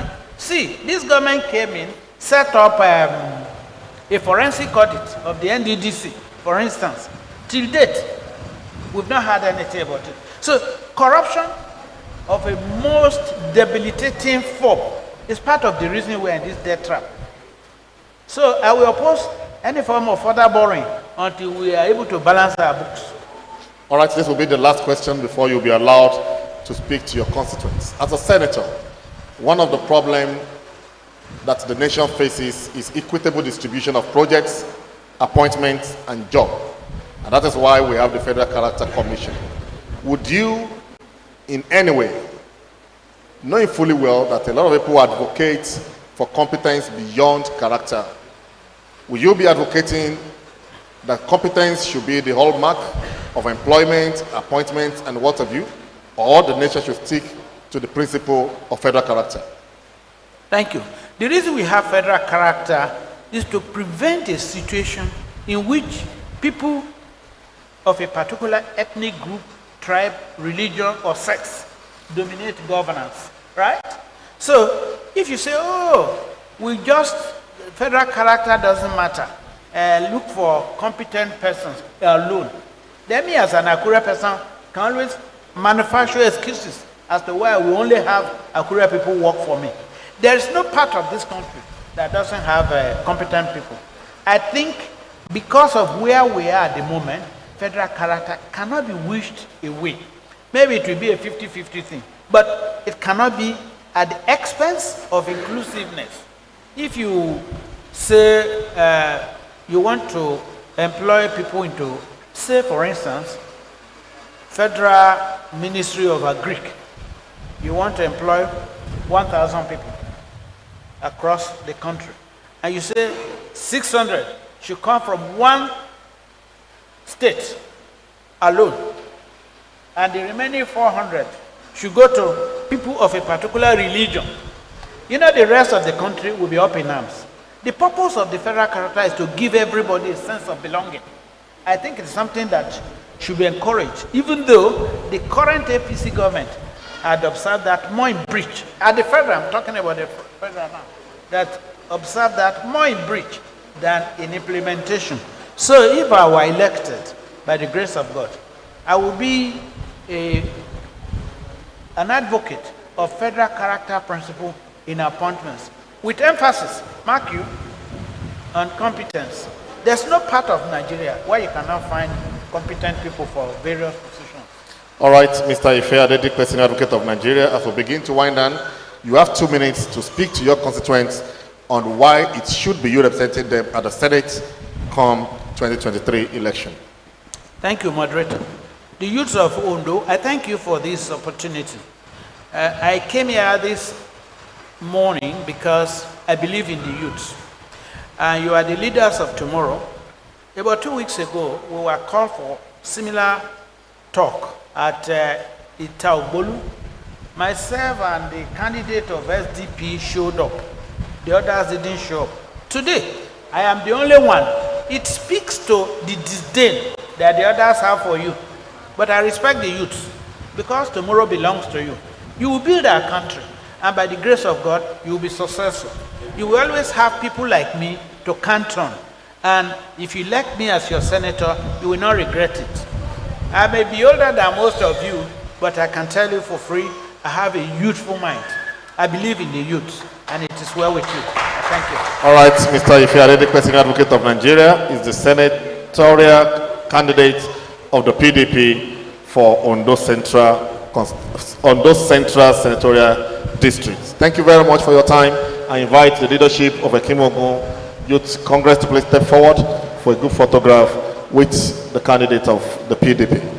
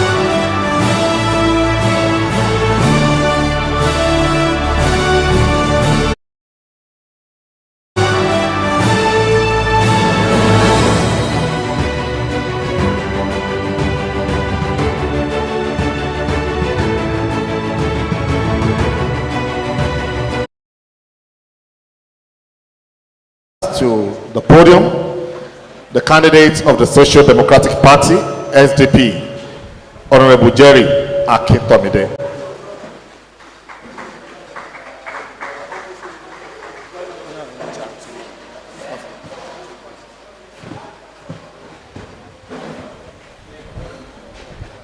All right, I also invite to the microphone the candidate of the Labour Party, Chief Honorable Fidelis Ogunleye.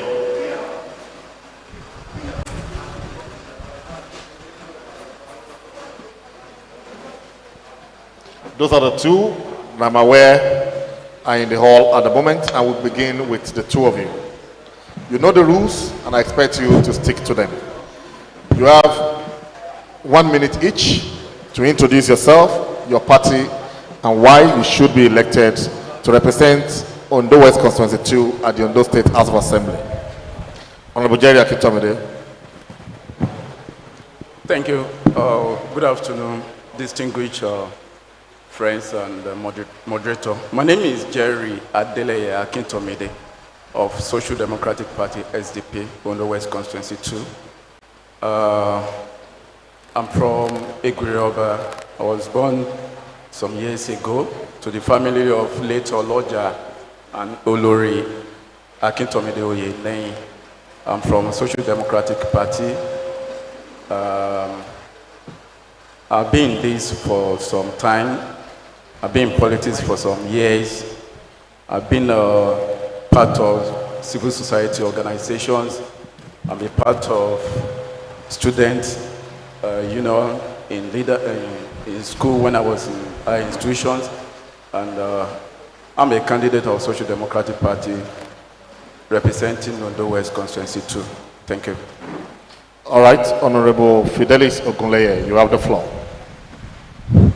Ladies and gentlemen, the distinguished senator, I am Chief Honorable Fidelis Ogunleye, representing Ondo Constituency 2.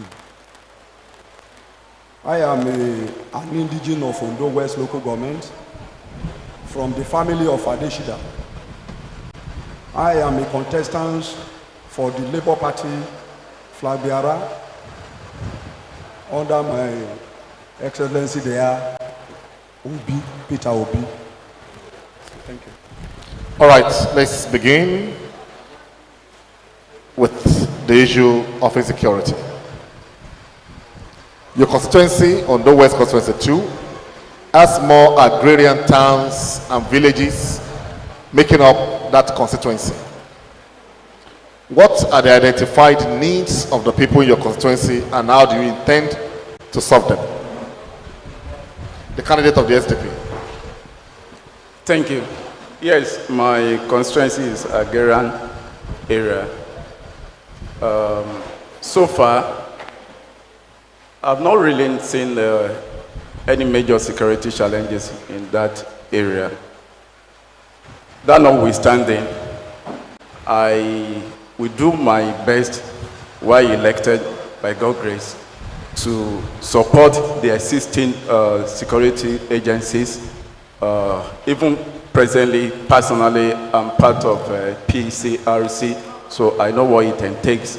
We have the network to see to the security of the area, and also to support the local securities, the vigilantes across the villages and the unit of Ondo West constituencies to make sure that the citizens are well secured, their properties are well secured, and also their lives are well secured. Thank you.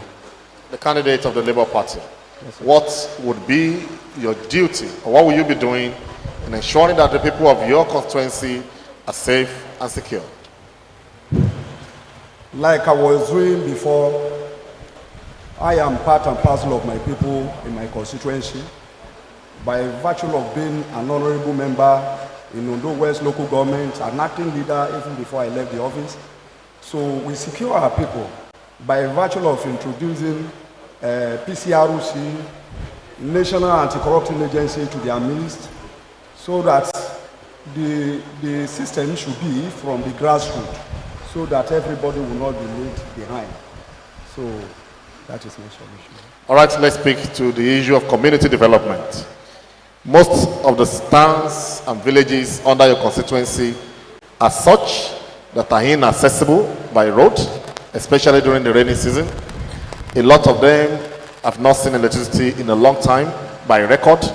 If you are elected as the member representing them in the State House of Assembly, what will you be putting in place to ensure that life is made easier for the people of your constituency?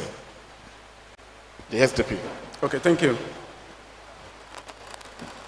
The major problems that the constituents are facing, basically there are three.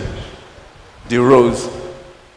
If you go to, of course, we've been to virtually every part of the constituency, and majorly they don't have a good road. One of the major things that we're going to do by God's grace, if elected, is to show the political will that I know for a fact that the previous legislators that they don't have. Because if they have the political will of God, of course, the roles will be graded every year, not during the election period. It won't be for campaign. So we are going to do this. The political will be there to make sure that these roles are being graded every year. Of course, if in case there is lack of constituency allowance, of course, by God's grace, because of our network, already the conversations are going on to talk to who is who, friends and civil societies, of course, that are into this sector to make sure that constituency 2 roles are being graded yearly. And I will personally do that, and I will follow it through. Thank you. The candidate of the LP, what will you be doing to make your constituency have access to good life in terms of road and, of course, electricity? Thank you. Like when I was contested for assembly in the year 2008, my first notion was that I have to introduce a small company that will be producing, like a fruito company, that will be producing like a drinks, beverages, all that, so that our marketing will not be waste. Like what we are now, that we don't have maize, mango, other things, so that we can have reservoir for our people. With this, I have near them, and I'm part and parcel of them. We are staying together. I knew their problem. And the problem we are facing is that we don't put the right peg in the right hole. That is the major problem we are facing formally. So that is why I fully convinced that I will try for my people so that they can achieve, they can benefit from the government. All right, the candidate of the SDP, I will take 2 questions in one. Number 1, you've been accused of not living among the people. Yes, people say that you are only around to grab power and run with it, that you do not live among them. What do you say to this? And number 2, is on record that you've carpeted parties just to have the ticket to contest for this office. The question would be, is this out of desperation or interest for service? Thank you, moderator. I will not agree the allegation that I'm not part of, that I don't live with the people. Of course, I was born here. I started my primary school here, my secondary school here, my university in this Ondo at the same time. I only left out of Ondo when I went for my NYC. And of course, I've joined politics in year 2000 during an Alliance for Democracy. Intentionally, nobody forced me. And of course, I've worked with several politicians to be PAs, to be different political positions. Of course, there are a lot of FUESU, ESCOs, both local and national, are here. Of course, National Association of Ondo State Students are here. They all know me that I'll be part of them and I'll be part of the struggle. Yes, at a time, I stepped out of Ondo to relocate to Abuja, but of course, I do come home all the time. My parents are still here, though I've lost my father, but my mom and all my families are still here. So I've been part of them always. Then the second question, yes, I'm not desperate to get power. I only cross-carpeted once. The second time was when all of us moved to PDP during the Agago regime. So we all moved to PDP. Then I followed the leader there. Then since then, I've been in PDP till late last year, when, of course, I had a very good reason to move to Social Democratic Party. I don't want to say more than that, but then I only cross-carpeted once, and I had a very good reason. And that's why part of the reason is to be here, because I also needed to represent my people. Thank you. All right, the candidate of the LP, It has also been said that you are hardly feasible within the constituency as an aspirant under the umbrella of your party. Your party hardly hold meetings, you hardly hold engagements. Are these sayings true? And if they are, why the desperation to hold on to the ticket of your party? First and foremost, it's lie. Because I used to stay in the midst of my people, even I'm a pure farmer, full-time farmer. So that is why I'm representing my people. I knew their problem, the problem that faced them individually from rural wars. So everybody knows. I am also a chief from Igushi, which is the major locations in the rural wars. So I'm part and parcel of them. And we knew the problem that faced them. So, and I knew how to encounter them. So, you have not spoken to the fact that you've been said to be not feasible. You have not been seen campaigning, you've not been seen engaging the people. What do you say to this? That is all lies. That is lie. Because I'm always participating fully in any party that I belong. I'm participating fully. So I'm not part of that. All right, let's talk to the issue of party governance. And I will begin with the SDP. The presidential candidate of your party is from this community, which ordinarily should be an advantage for you as an aspirant under that umbrella within the same community that your presidential candidate is from. Would you say this has been an advantage in your engagement or a disadvantage? Are you feasible? Is your party known? Is your party doing the needed efforts in ensuring that the people's life are made better? Thank you, moderator. It is feasible. And that is why you see other contestants from other political parties, because they've been defeated already. This is the second time that we are having this kind of engagement in Ondo, and you will not see them, because they know that with the influence and support of our presidential candidate, that of course that we are going to win the election. So they know that fact. And Prince Wale Adebayo, of course, we all know him, has been a very good supporter of all the candidates under him. So it will be a good and a great advantage for us to win the election. And I can tell you for a fact, by God's grace, that we are going to win this election. Thank you. The candidate of the Labour Party, your party has always been accused of being without structures. Is this in any way impacting your campaign? That's number one. And number two, would you say, rather, that age is on your side to contest this election? You knew there is, like the parables of elders, they said, the goat of your enemy will not grow in your presence.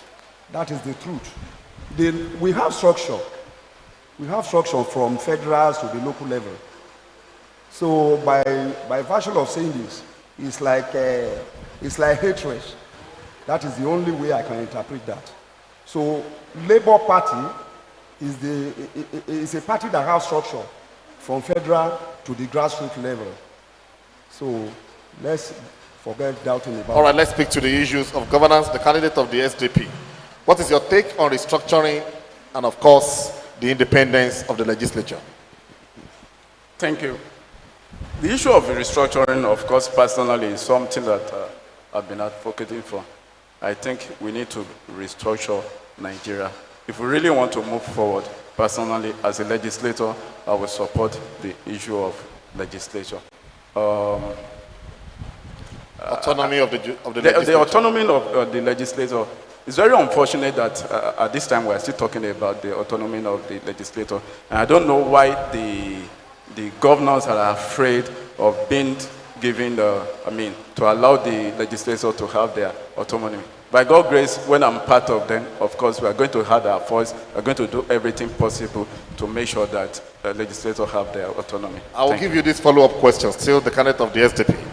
Should you be elected into the State House of Assembly and you find yourself in the minority, would you be jumping ship? And I was given a mandate to talk to the state government. And of course, I'm also seeking the approval of the Ondo Ekimogun Youth Congress, the leadership, to join me in achieving this. There's a project that the Vice President launched last year, and they called it the Coconut Chronicle. And these are to be established across the 36 states of Nigeria. I've been given the mandate to handle that of Ondo State. And of course, this will be located, of course, in my constituency and also part of other agrarian areas. Of course, this will also create about 3,000 jobs for the youth and the community. So we will make sure that we achieve this. And of course, also, we will support them, one, to make sure that easy access road in going to and fro to their communities and their farmlands also. And of course, quickly, I also have to say this, that one of the bills that I'm also going to sponsor, I think there are a lot of abandoned projects in Ondo as a case study. Maybe if there's a bill, maybe if there's a law that will stop them from abandoned projects. As at late last year, I have an opportunity to... All right, your time is up. Oh, thank you. The candidate of the LP, finally, what will you be doing to enhance agriculture in your constituency? Thank you, Mr. Moderator. Since agriculture is my field, so I am part and parcel of them, and I knew the way of growing crops so that even the equipment using for this produce should be very, very near them. It will not be that maybe they were searching for goods with higher price. I have to legislate that the loan should be given to them free. And it should not be 2 naira or 3 naira, which they will be using for just, which will not be able to reach anything for them to build up. So we need to give them free loan so that they can advance themselves. All right. Each of you has a minute to answer questions from one another. The candidate of the SDP, your question for the candidate of the Labour Party. Okay, sir, if eventually you are elected, what will you do different from what the former lawmaker in Ondo West Constituency 2, Akin Soyino, and the current one, Wale Williams, have done? What will you do different? Thank you. I am saying, first and foremost, I said, I am part and parcel of agriculture. So my case is quite different from others legislative arm who have been in such a position before. We need to near our people, taking care of them as well. Even when I was in Ondo West local government, he knows me very well. He knows me, he knew my performance. That we near to our people. You can't just, after receiving their vote and go away. No. You need to near them so their problem will be solved amicably within ourselves. All right, the candidate of the LP, your question to the candidate of the SDP. Yes, sir. The only question I will only ask my colleagues is that I want to know his locations in the farm, his farm settlement. Probably maybe he's from farm or truly, or from urban. So I want to know. Okay, thank you very much. I know you know Eguroba very well. I was born and brought up in Eguroba. My father was the first Oloja of Eguroba. He died there, we buried him here. My mom is still there. I'm a farmer in Eguroba. I'm a farmer in Laosho. I'm a farmer in Leyowo. Thank you. All right, thank you very much. Each of you have 1 minute each to speak to your constituents on why you are the best choice to represent them at the House of Assembly. 1 minute each. Thank you. I address the good people of Ondo West constituencies too. Of course, I'm your son. Of course, you don't want to elect a representative that you will not see, like how they are doing now. They are not there yet, but you cannot see them. Unlike some of us that are right here with you, and we also promise that we'll continue to stay with you. We promise that we'll have the political will to support you. We promise that in all the time that we'll do everything possible for you to be comfortable with what you are doing. I'm part of you as a farmer. I'm part of you as your son. We will support you. I crave your indulgence for you to vote for me come March 11 by God's grace. And thank you very much. All right, the candidate of the LP. I appeal to my people of Ondo West local government that they should vote for me now, my president, Obidati. I appeal to you for betterment of ourselves and our children of tomorrow. Why? Because if not farming operation now, which we engage ourselves in Ondo State, we could have run away like Guyana. We are not here to challenge any government, but we are to tell the truth. I appeal to them for betterment of everybody, ourselves and our children for tomorrow. Vote for me, Chief Honorable Fidelis Ogunleye Gebe and Obidati for bright future. Thank All right, thank you very much. You may please greet one another, embrace one another, and please step forward for group photograph. Leaders of the Ekimogun Youth Congress, you please step forward for a group photograph with the candidates of the two parties.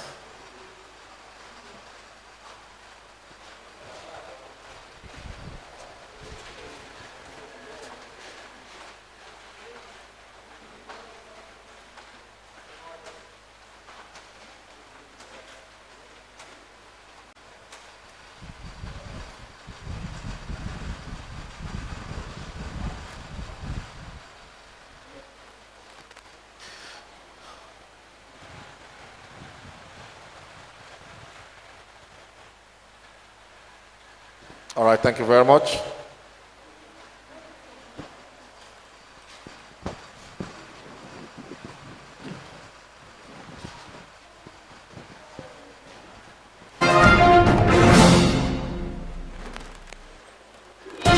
All right, thank you very much. We move on to Ondo East State Constituency. Oh, please pardon me, I've just been informed that we'll move on to the House of Representative candidates.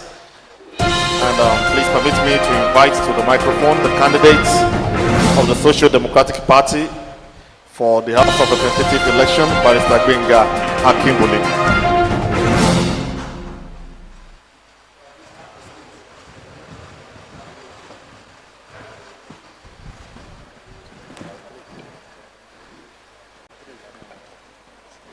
All right. Barrister Gbenga Akinbole is the candidate of the Social Democratic Party for the House of Representative election for 2023. You have 2 minutes to introduce yourself, your party, and why it should be you representing the good people of Ondo West and Ondo East Federal Constituency at the National Assembly. Thank you, moderator. Akinbole Gbenga is my name. I'm a legal practitioner. I was called to the Nigerian bar about 13 years ago, and I've been practicing my profession ever since then. My practice is across Nigeria and outside Nigeria at times. And I am the candidate of the Social Democratic Party. I am vying for the seat of the Federal House of Representatives to represent the good people of Ondo West and East Federal Constituency. I'm a legal practitioner. I know my onions, I know the law, I know what it is to make law, and I think at best it's time to begin to elect people who know how to do these things than just anyone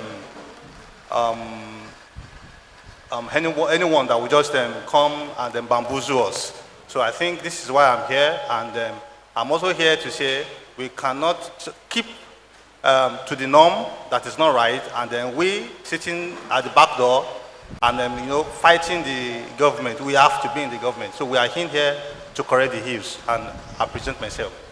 All right, let's begin with your person. One of the insinuations about you is that you are a green-on in politics. You've before now not been involved in politics. Before now, you've not held any position. A lot of people believe it is outrageous that at your entry into politics, you are vying for the House of Rep. What is the motivation? Thank you very much.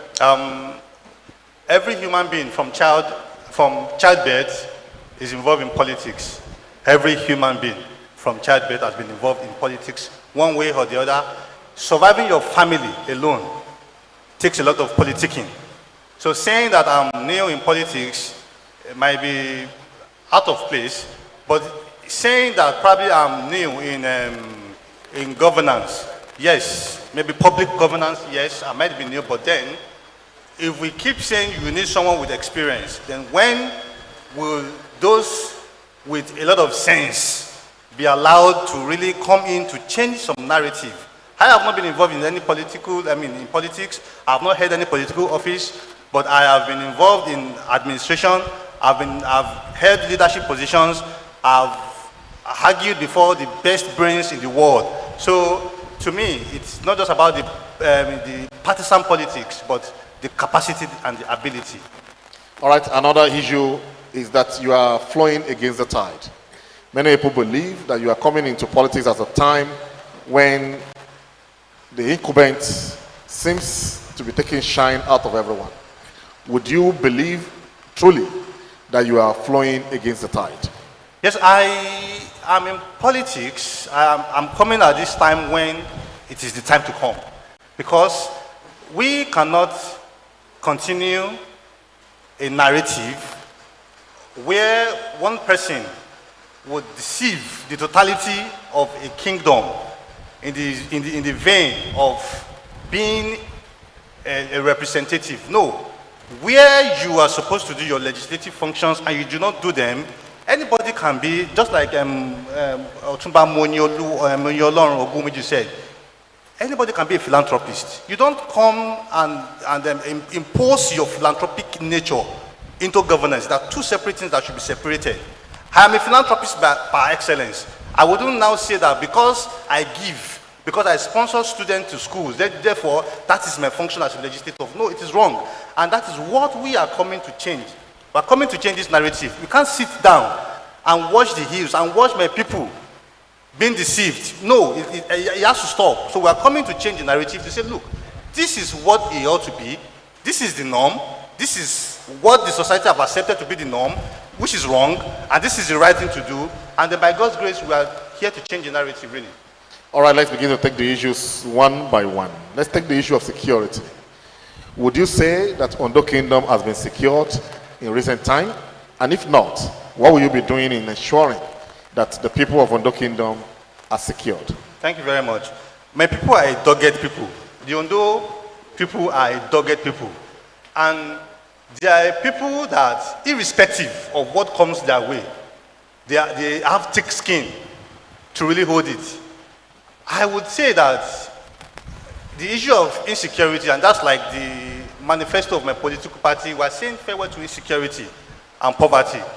Yes, there is a lot of insecurity in my community. And there are a lot of things that makes up insecurity. Poverty is one of them. Poverty is one of them. It's a factor that leads to insecurity, because where a man is poor, where a man does not have what to eat, is thinking of survival. How do I survive? I need to earn a means for myself. He will begin to think of vices. Crime will set in, then he will want to go and do what? Attack his fellow human being. Then therefore, putting the life of the fellow human being in danger, thereby making that one not secured. So the issue of insecurity is certain in my community. Now tackling insecurity, like I said, the first way to tackle insecurity is to, first of all, tackle poverty. When poverty is out of it, when people live peacefully with one another, then I think I will not have to fear. I will not have to be afraid that anybody can come into my house or want to come and steal from me. When I know that my neighbor, Mr. A, is well grounded, is okay, is not thinking of anything, then why would I be afraid? Except for maybe the real security threat now. And then another way to really tackle insecurity is to have the police reform. I am a staunch advocate of community policing. I'm a staunch advocate of community policing because it takes somebody in a community to be able to identify a community crime.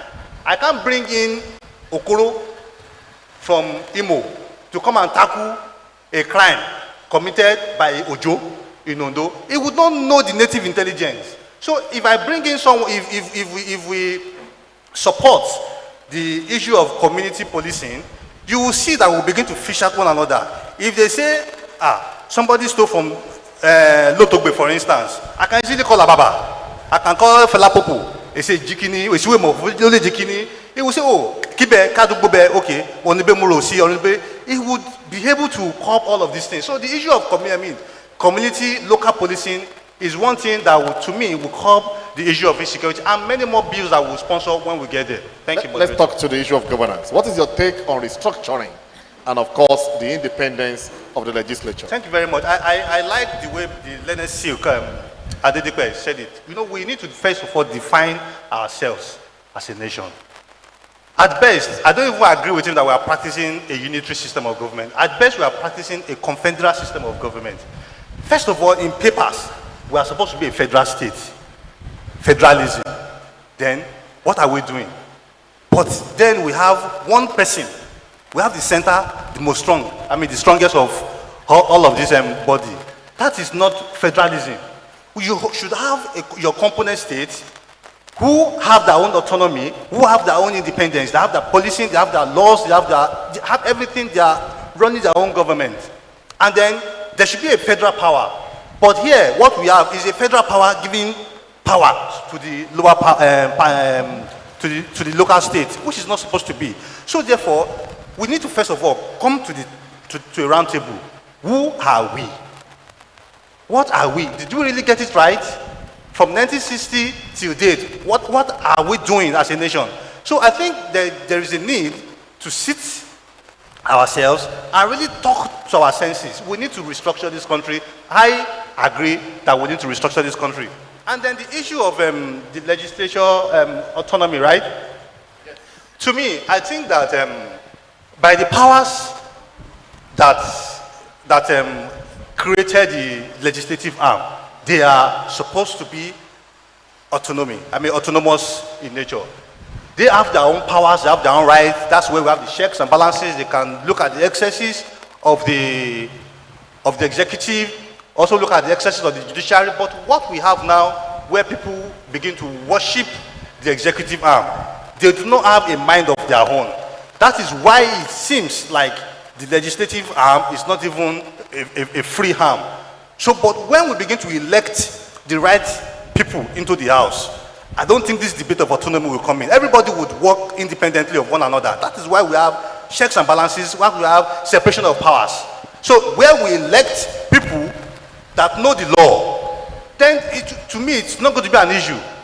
So I'm beseeching my people, let us take the bull by its horn and elect the right minds. We can see lawyers, great minds coming out now. Let us support them.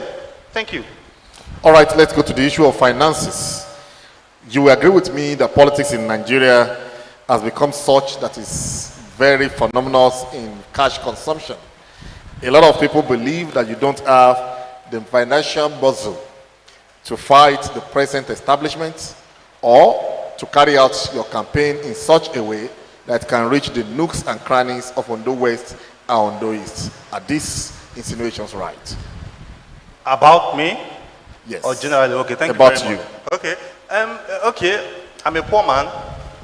My father is a university teacher. My mother cooks for a living. And that's why I'm healthy. So I do not have all the millions to throw around like my counterparts who do not have regard for the youth. So if you say finances is an issue, I'm not hungry. I live in my own house in Abuja. My wife is a lawyer. My children are doing fine. So maybe for the purpose of the Ondo community now, and that is one thing I need to address here now, that there is this saying, biblical though, that says that my people perish for lack of knowledge. It's saddening that we are coming to people, we are talking to them, we are addressing them, we are appealing to their conscience, and we are telling them, look, this is wrong, this is right. Can we change this thing? And then they are asking, Elweni? Now, the question is, I can decide to go to Polaris Bank and tell them, okay, you know what, give me 100 million naira. And then I'll come and I'll spend the money. But I hold the bank first before I will hold my constituents. I must pay back the bank before I pay you. So if you are mortgaging your future for a cup of rice, Indomie, noodles, Maggi, salt that they will package, and then they will say they are doing empowerment, then it's a pity. But what I have been doing with my team and my colleagues is that we are giving them life issues. We are solving life issues. Go to Ondo East, we are solving the issue of power. We are solving it. And then we are telling them we will do more. Come to Ondo West, come to the entire kingdom. We are supplying street lights. We are doing all of these things. These are things that you should see and see that, oh, there is potential with these people and follow us. But no, that is not the case. And then it's all over town. We don't have money and all of that. But then we have what it takes. What is it? We have sense. So would you rather vote for sense or money? The choice is yours. All right, let's move on to the issue of youth engagement and job creation. You are here speaking to the youths of Ondo Kingdom. If you are elected as the House of Representative member to represent Ondo East and Ondo West Federal Constituency, what will you be doing in job creation and empowerment for the youths of the kingdom? Thank you very much. I say it oftentimes that the best form of empowerment is enlightenment. First of all, what I will be doing to my youth is to enlighten them. Give them a sense that they are, first of all, first-class citizens. Let them know that without them, they can't be us. Let them know that if you elect me and I misbehave, you can steer in the machinery of law. You can call me back. You can recall me. So these are the enlightenment we'll be giving to them, first of all. And to me, that is the best form of empowerment. Not giving you fish. I'd rather teach you how to get your own fish. 1. 2, as a lawmaker, I would not be delving into the powers of the executive. Rather, I would use my intellect, everything within me, to make sure that I sponsor bills that would benefit my people. Take, for instance, Mr. Ayo. Ondo town does not have anything to do with poverty at all. We should not be near poverty. Look at the rocks around us. Go up to Akure Garage, you see gigantic rocks. Do you know that these rocks and all of that, they are going to fall within my powers as a federal lawmaker, and they are federal projects. There are 2 things I can convert that into. I will pass bills that would make these rocks become either commercial or recreational. When it becomes recreational, Ondo town becomes a center of attraction. It becomes center for tourism. People will begin to come in and begin to do what? Begin to pay dues. And then by doing these things, you will see that the youth themselves will be engaged. If we know that every time that people come into town, you will look for one business to do or the other, no matter how small it is, you look for it. Take, for instance, we have bitumen in my state. In fact, there is bitumen in Kotajo, my grandfather's land in Kotajo. There is bitumen on it.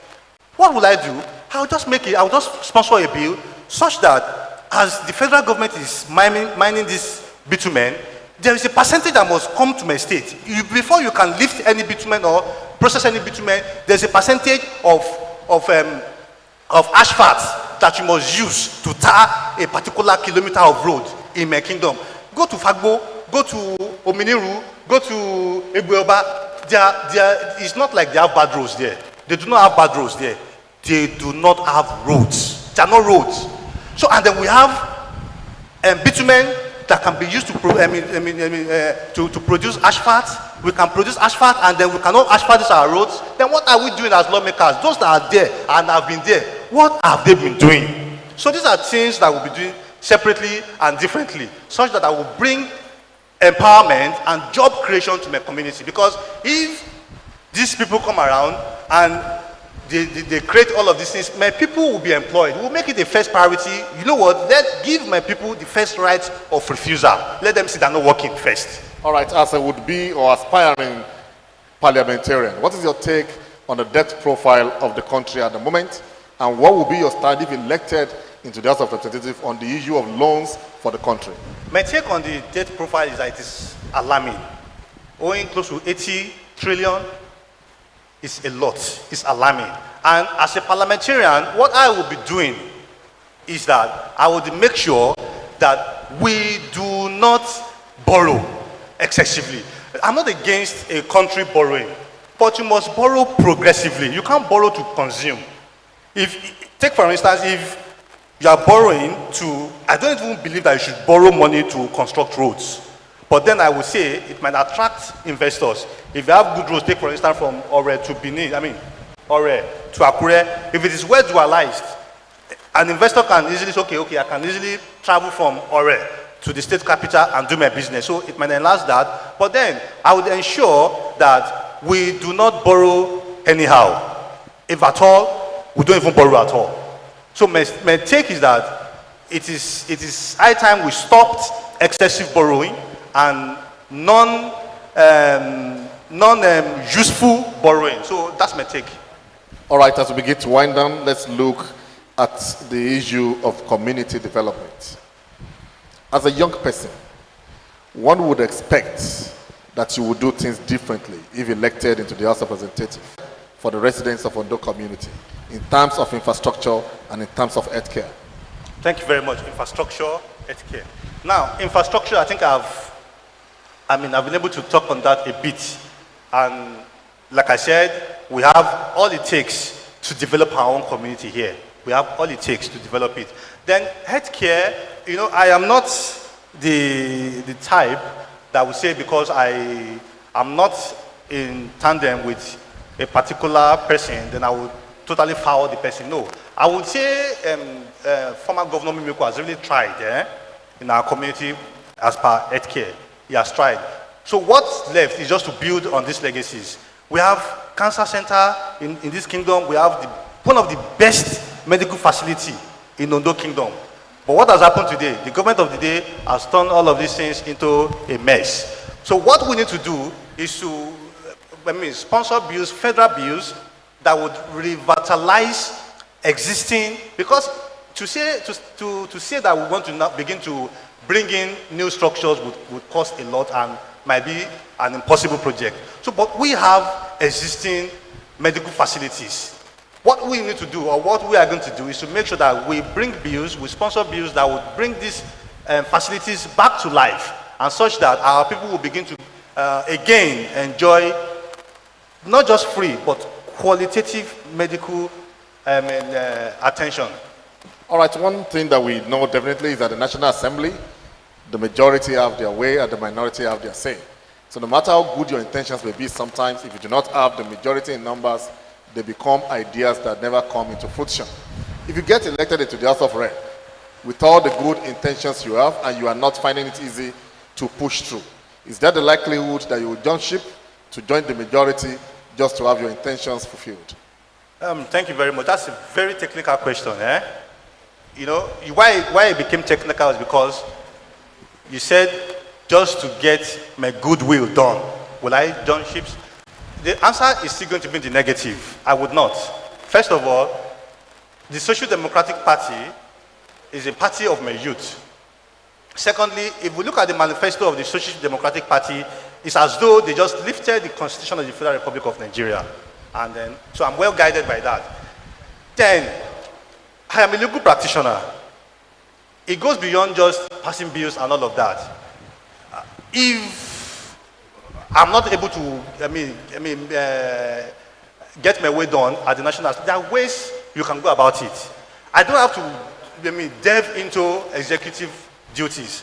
I can begin to call my friends. I can begin to call investors to come in. Let's take, for instance, I want to bring in a project into my community, and they are not assenting to it.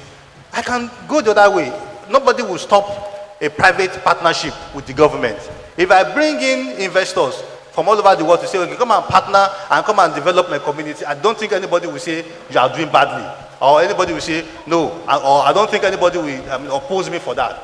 So therefore, if I make my noise, I do all the needful, and it's not still forthcoming at the National Assembly, I will go the private way. Thank you very much. All right, this will be your last question before you'll be allowed to speak to your constituents. As an aspiring legislator, do you believe that the present bicameral legislature as we practice in Nigeria should be sustained, or it should be cancelled to allow just for one?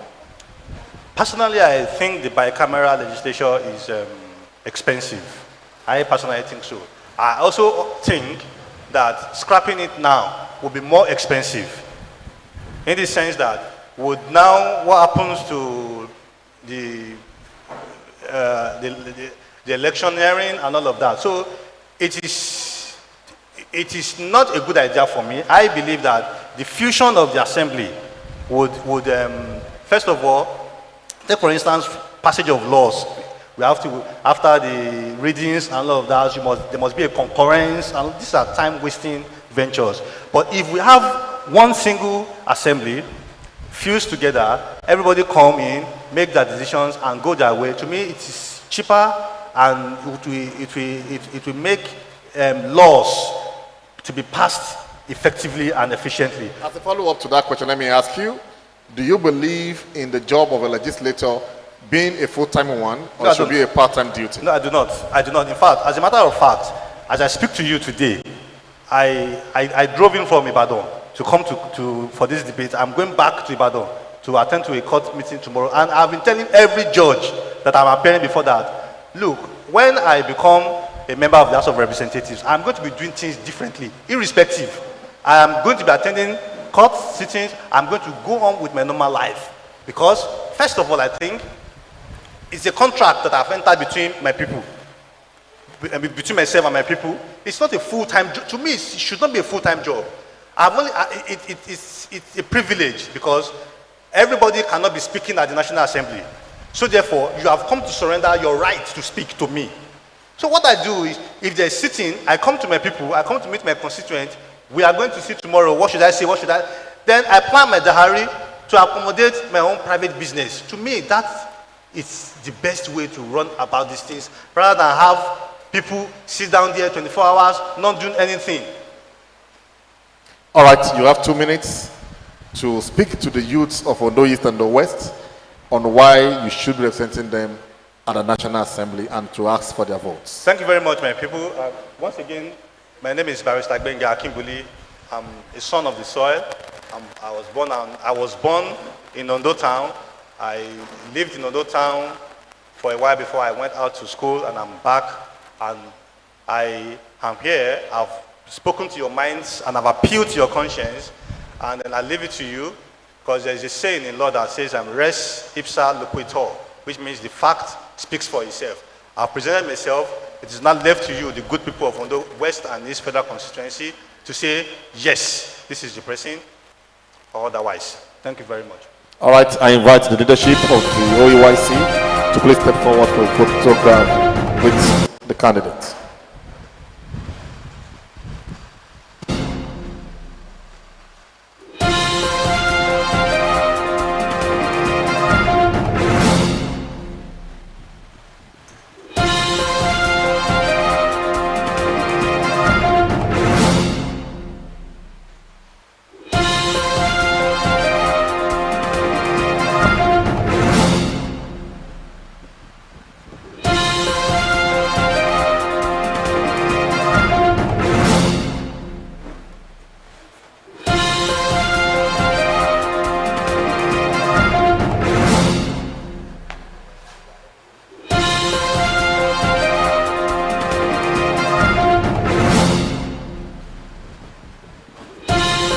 Move on to the last but not the least on the list of the debates for today, as I invite the candidates of the following party from Ondo East to step to the podium.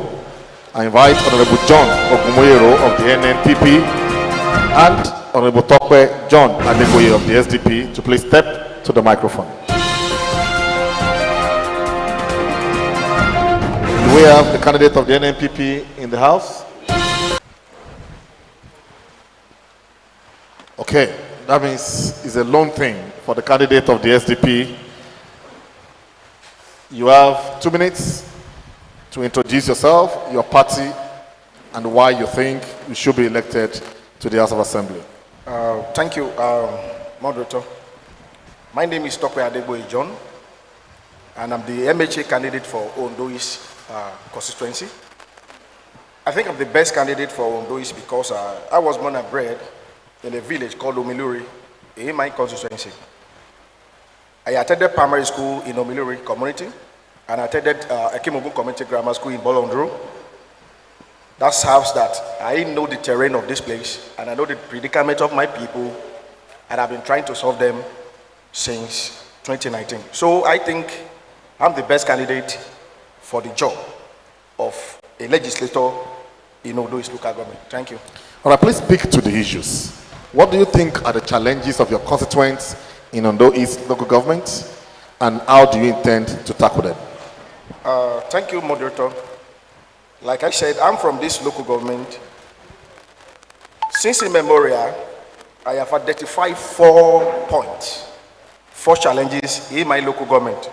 I named them, and I think it falls in line with the debate focus of today, which is number 1, community development, electricity, mobile network to all our rural areas, and water. These are 4-point agenda that have been a problem in the local government. And before I become a candidate of SDP, I started solving electricity issues in Ondo East local government since 2019. I'm of the opinion since 2019 that we can use alternative energy in generating power and distributing power to the good communities of Ondo East local government. And I'm standing before this audience. I can tell you I've powered more than 6 or 7 communities in Ondo East local government, and even strengthened my hand of help to constituency, the Ondo West constituency, using solar energy in generating power and distributing power to all these communities. And in water, I have about, because you don't solve problems when you don't have data. I profile 43 community in my local government for alternative power.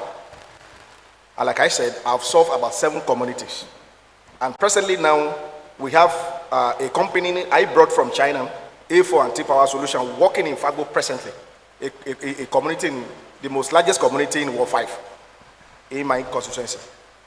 And I've identified about 60 to 70 pipe-bomb water, boreholes, moribund, a project by NDDC project in my constituency. And I can tell you that out of these 70 boreholes, I can tell you that at least I spend about 20, sometimes in 10,000 to 20,000 to bring all this water back to life. So I think I have the mandate and in solving all these problems. So thank you. All right, let's move on to the issues one after the other. Okay. Let's look at the issue of security. Okay. The constituency you seek to represent is a border community. Yeah. It borders Osun State and Yes. of course borders major cities within Ondo State. And that makes it a strong target when it comes to security issues. If you are elected into the House of Assembly, how do you intend to tackle these security challenges in ensuring that lives are not continually lost in that area that you seek to represent? Oh, thank you. I think we build upon the 16 security architecture of Ondo State. They are my technical corps, and work closely with the community, because one thing I have identified in solving problems in rural areas is that community engagement is very important. You don't engage people, you don't know how to solve their problems. And in our community, we thank God that the peaceful coexistence of our youth, because we are from the agrarian area, whereby the youth wake up every day and face their job. Some are timbers, some are cocoa merchants, some are into livestock and others. So I think I work closely with the existing architecture, security architectures in Ondo State, and make sure I support them, be with them, and do a lot of community engagement, which has been my style in solving problems since inception. Thank you. Let's move on to the issue of governance. Okay. Your constituency have always been considered as an extension of the 2 constituencies in Ondo West. Do you agree to this allusion? And what do you think you can do to put your community and, of course, your constituency in the limelight of communities and constituencies in Ondo State? Oh, thank you. And that is why I think I'm the last debater called. We've been neglected in all areas. I must sincerely tell you. You see federal lawmakers saying a lot of things there about my local government, and I can tell you freely that people like me are one of the youth in the local government that I make sure that the name of this local government is being heard all over the world with my project. Like I said, you can imagine a local government being cut off from national grid for 16 years and nobody is talking about it. All these are love makers going around and making a cosmetic empowerment or solutions. So I think I'm one of the youth in the local government since 2019 that said, no, we are existing. We have people here. We are brilliant. We can do it. I work closely with since 2019, I work closely with the Youth Forum, OEYC, in Ondo local government to make sure that our voice is being heard. And I can tell you, sir, that had it been people like us are not contesting that local government, this time around, we will not be heard.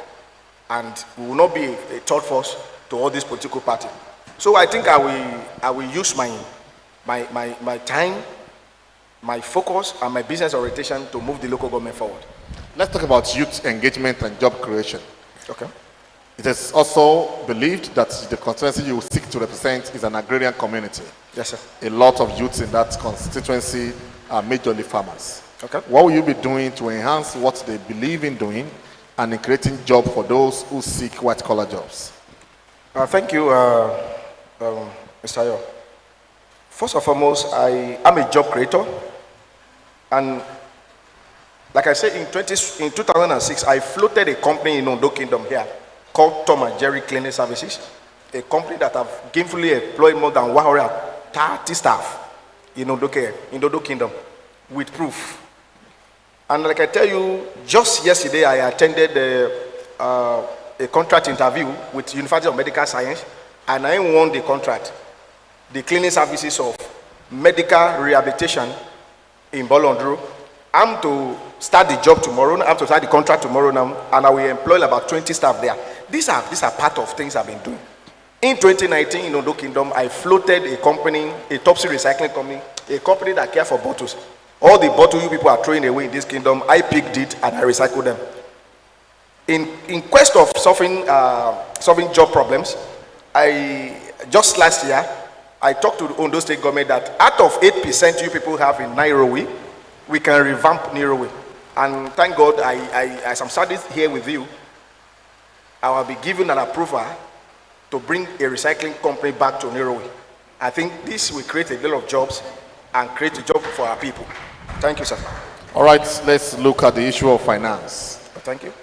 As a young person, do you think you have the wherewithal in terms of finances and war chest to confront the opponent in the other major political parties? Do you have a deep pocket to run this election? Thank you. I think my observation about 2023 election is, and like I said, I knew I will contest for this election since 2019, and I know I will win. One, like I said, I spotlighted 4 major problems in my local government, which is one, electricity. I've been trying to solve that. The people of my constituency know that Tokwe is the only one. If I get to some committee where they say, Mr. Asola Atideo, some committee will tell you, please. I can tell you that this morning I still received some kings and chiefs in my office before I come here. Tokwe, please, we need the electricity, the alternative energy to this electricity you have been bringing, you have been advocating in Ondo West local, in those local government. So my campaign is issue based. Presently now I'm their headache in the local government, and I think it's so unfortunate that the APC candidate is not here because I think he's the only person I'm contesting with those local government. And Michael Contensant, I think he was there. I didn't know why he left, so that we can at least debate on why people will vote for me in those local government. Do you know one thing, that in 2023 election, people don't actually vote for money again. They want to vote for project. They want to see proof. have you been doing it? Have you been solving problems? I think that is what I've been solving situation, and that will make me win this 2023 election, MHA in Ondo local government, by God's grace. Let's talk about party politics. Okay? If you win this election and you're elected to the House of Assembly, Yes, sir. should there be a need to advance your political net worth? Will you be jumping ship to the ruling party, as the case may be? I think the answer is no, because statutorily, House of Assembly has a particular role and functions. And that is why I want to take the constituency people, I want to employ the constituency people that it is high time to vote for people that have brains. Don't vote for jobless people. Don't vote for all these people that just fly from America and tell you all sorts of grammars and who doesn't even understand the problems the people are facing. I think I will not cross-carpeting. So far, that will not stop my function as a legislator representing the good people of my constituency. Because one, like I said, in 2019 or 2013, 2014, I have been privileged to have a contract of about 3 million per month, about 100, generating about 120 staff.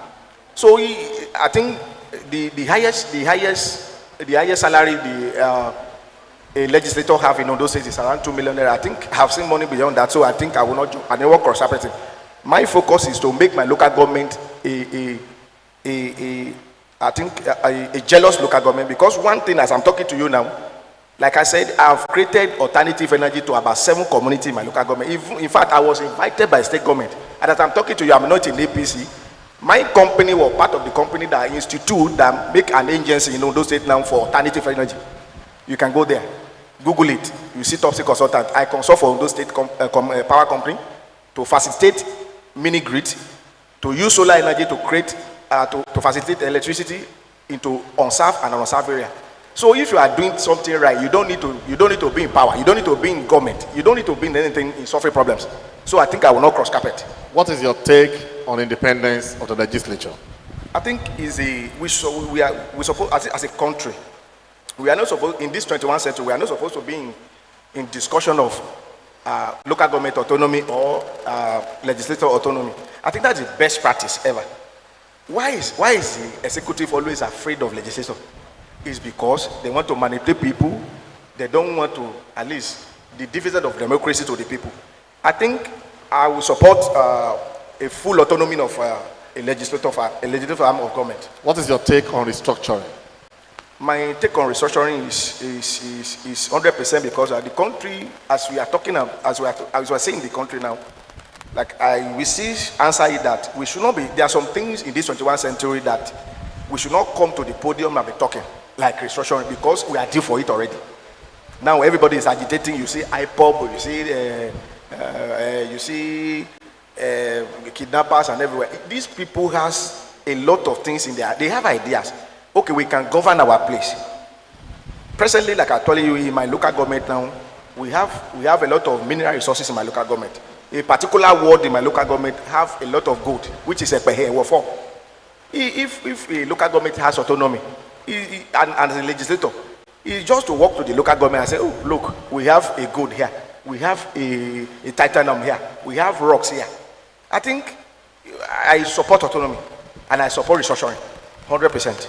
All right, as we begin to wind down, you have 2 minutes to speak to your constituents, to ask for their vote, and again tell them why you are the best for the job.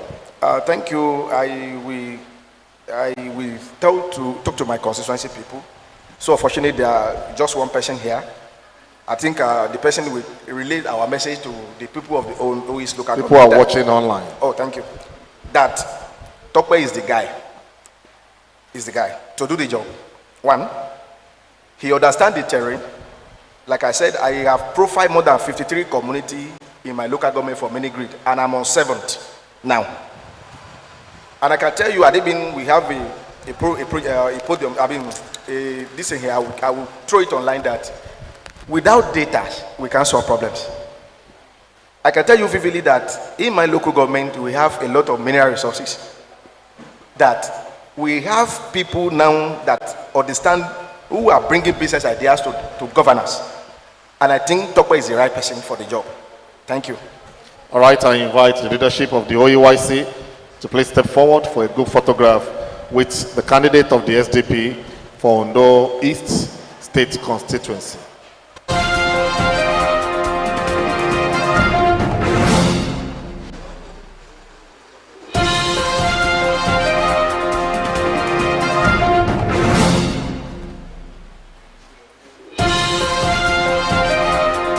While that is going on, let me quickly appreciate the presence in our midst of observers from Yaga Africa and Youth Initiative for Advocacy, Growth and Advancement.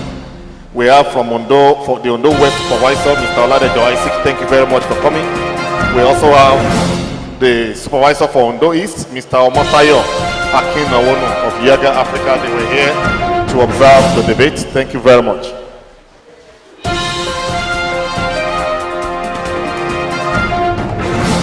All right, as we round up the event for this afternoon, may I please enjoin all of us to rise up on our feet for the national anthem.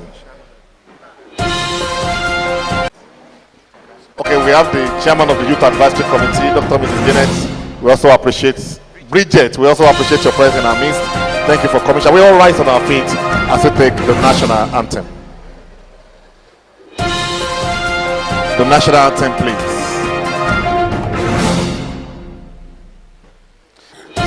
All right, if the DJ will not give it to us, let's sing the national anthem.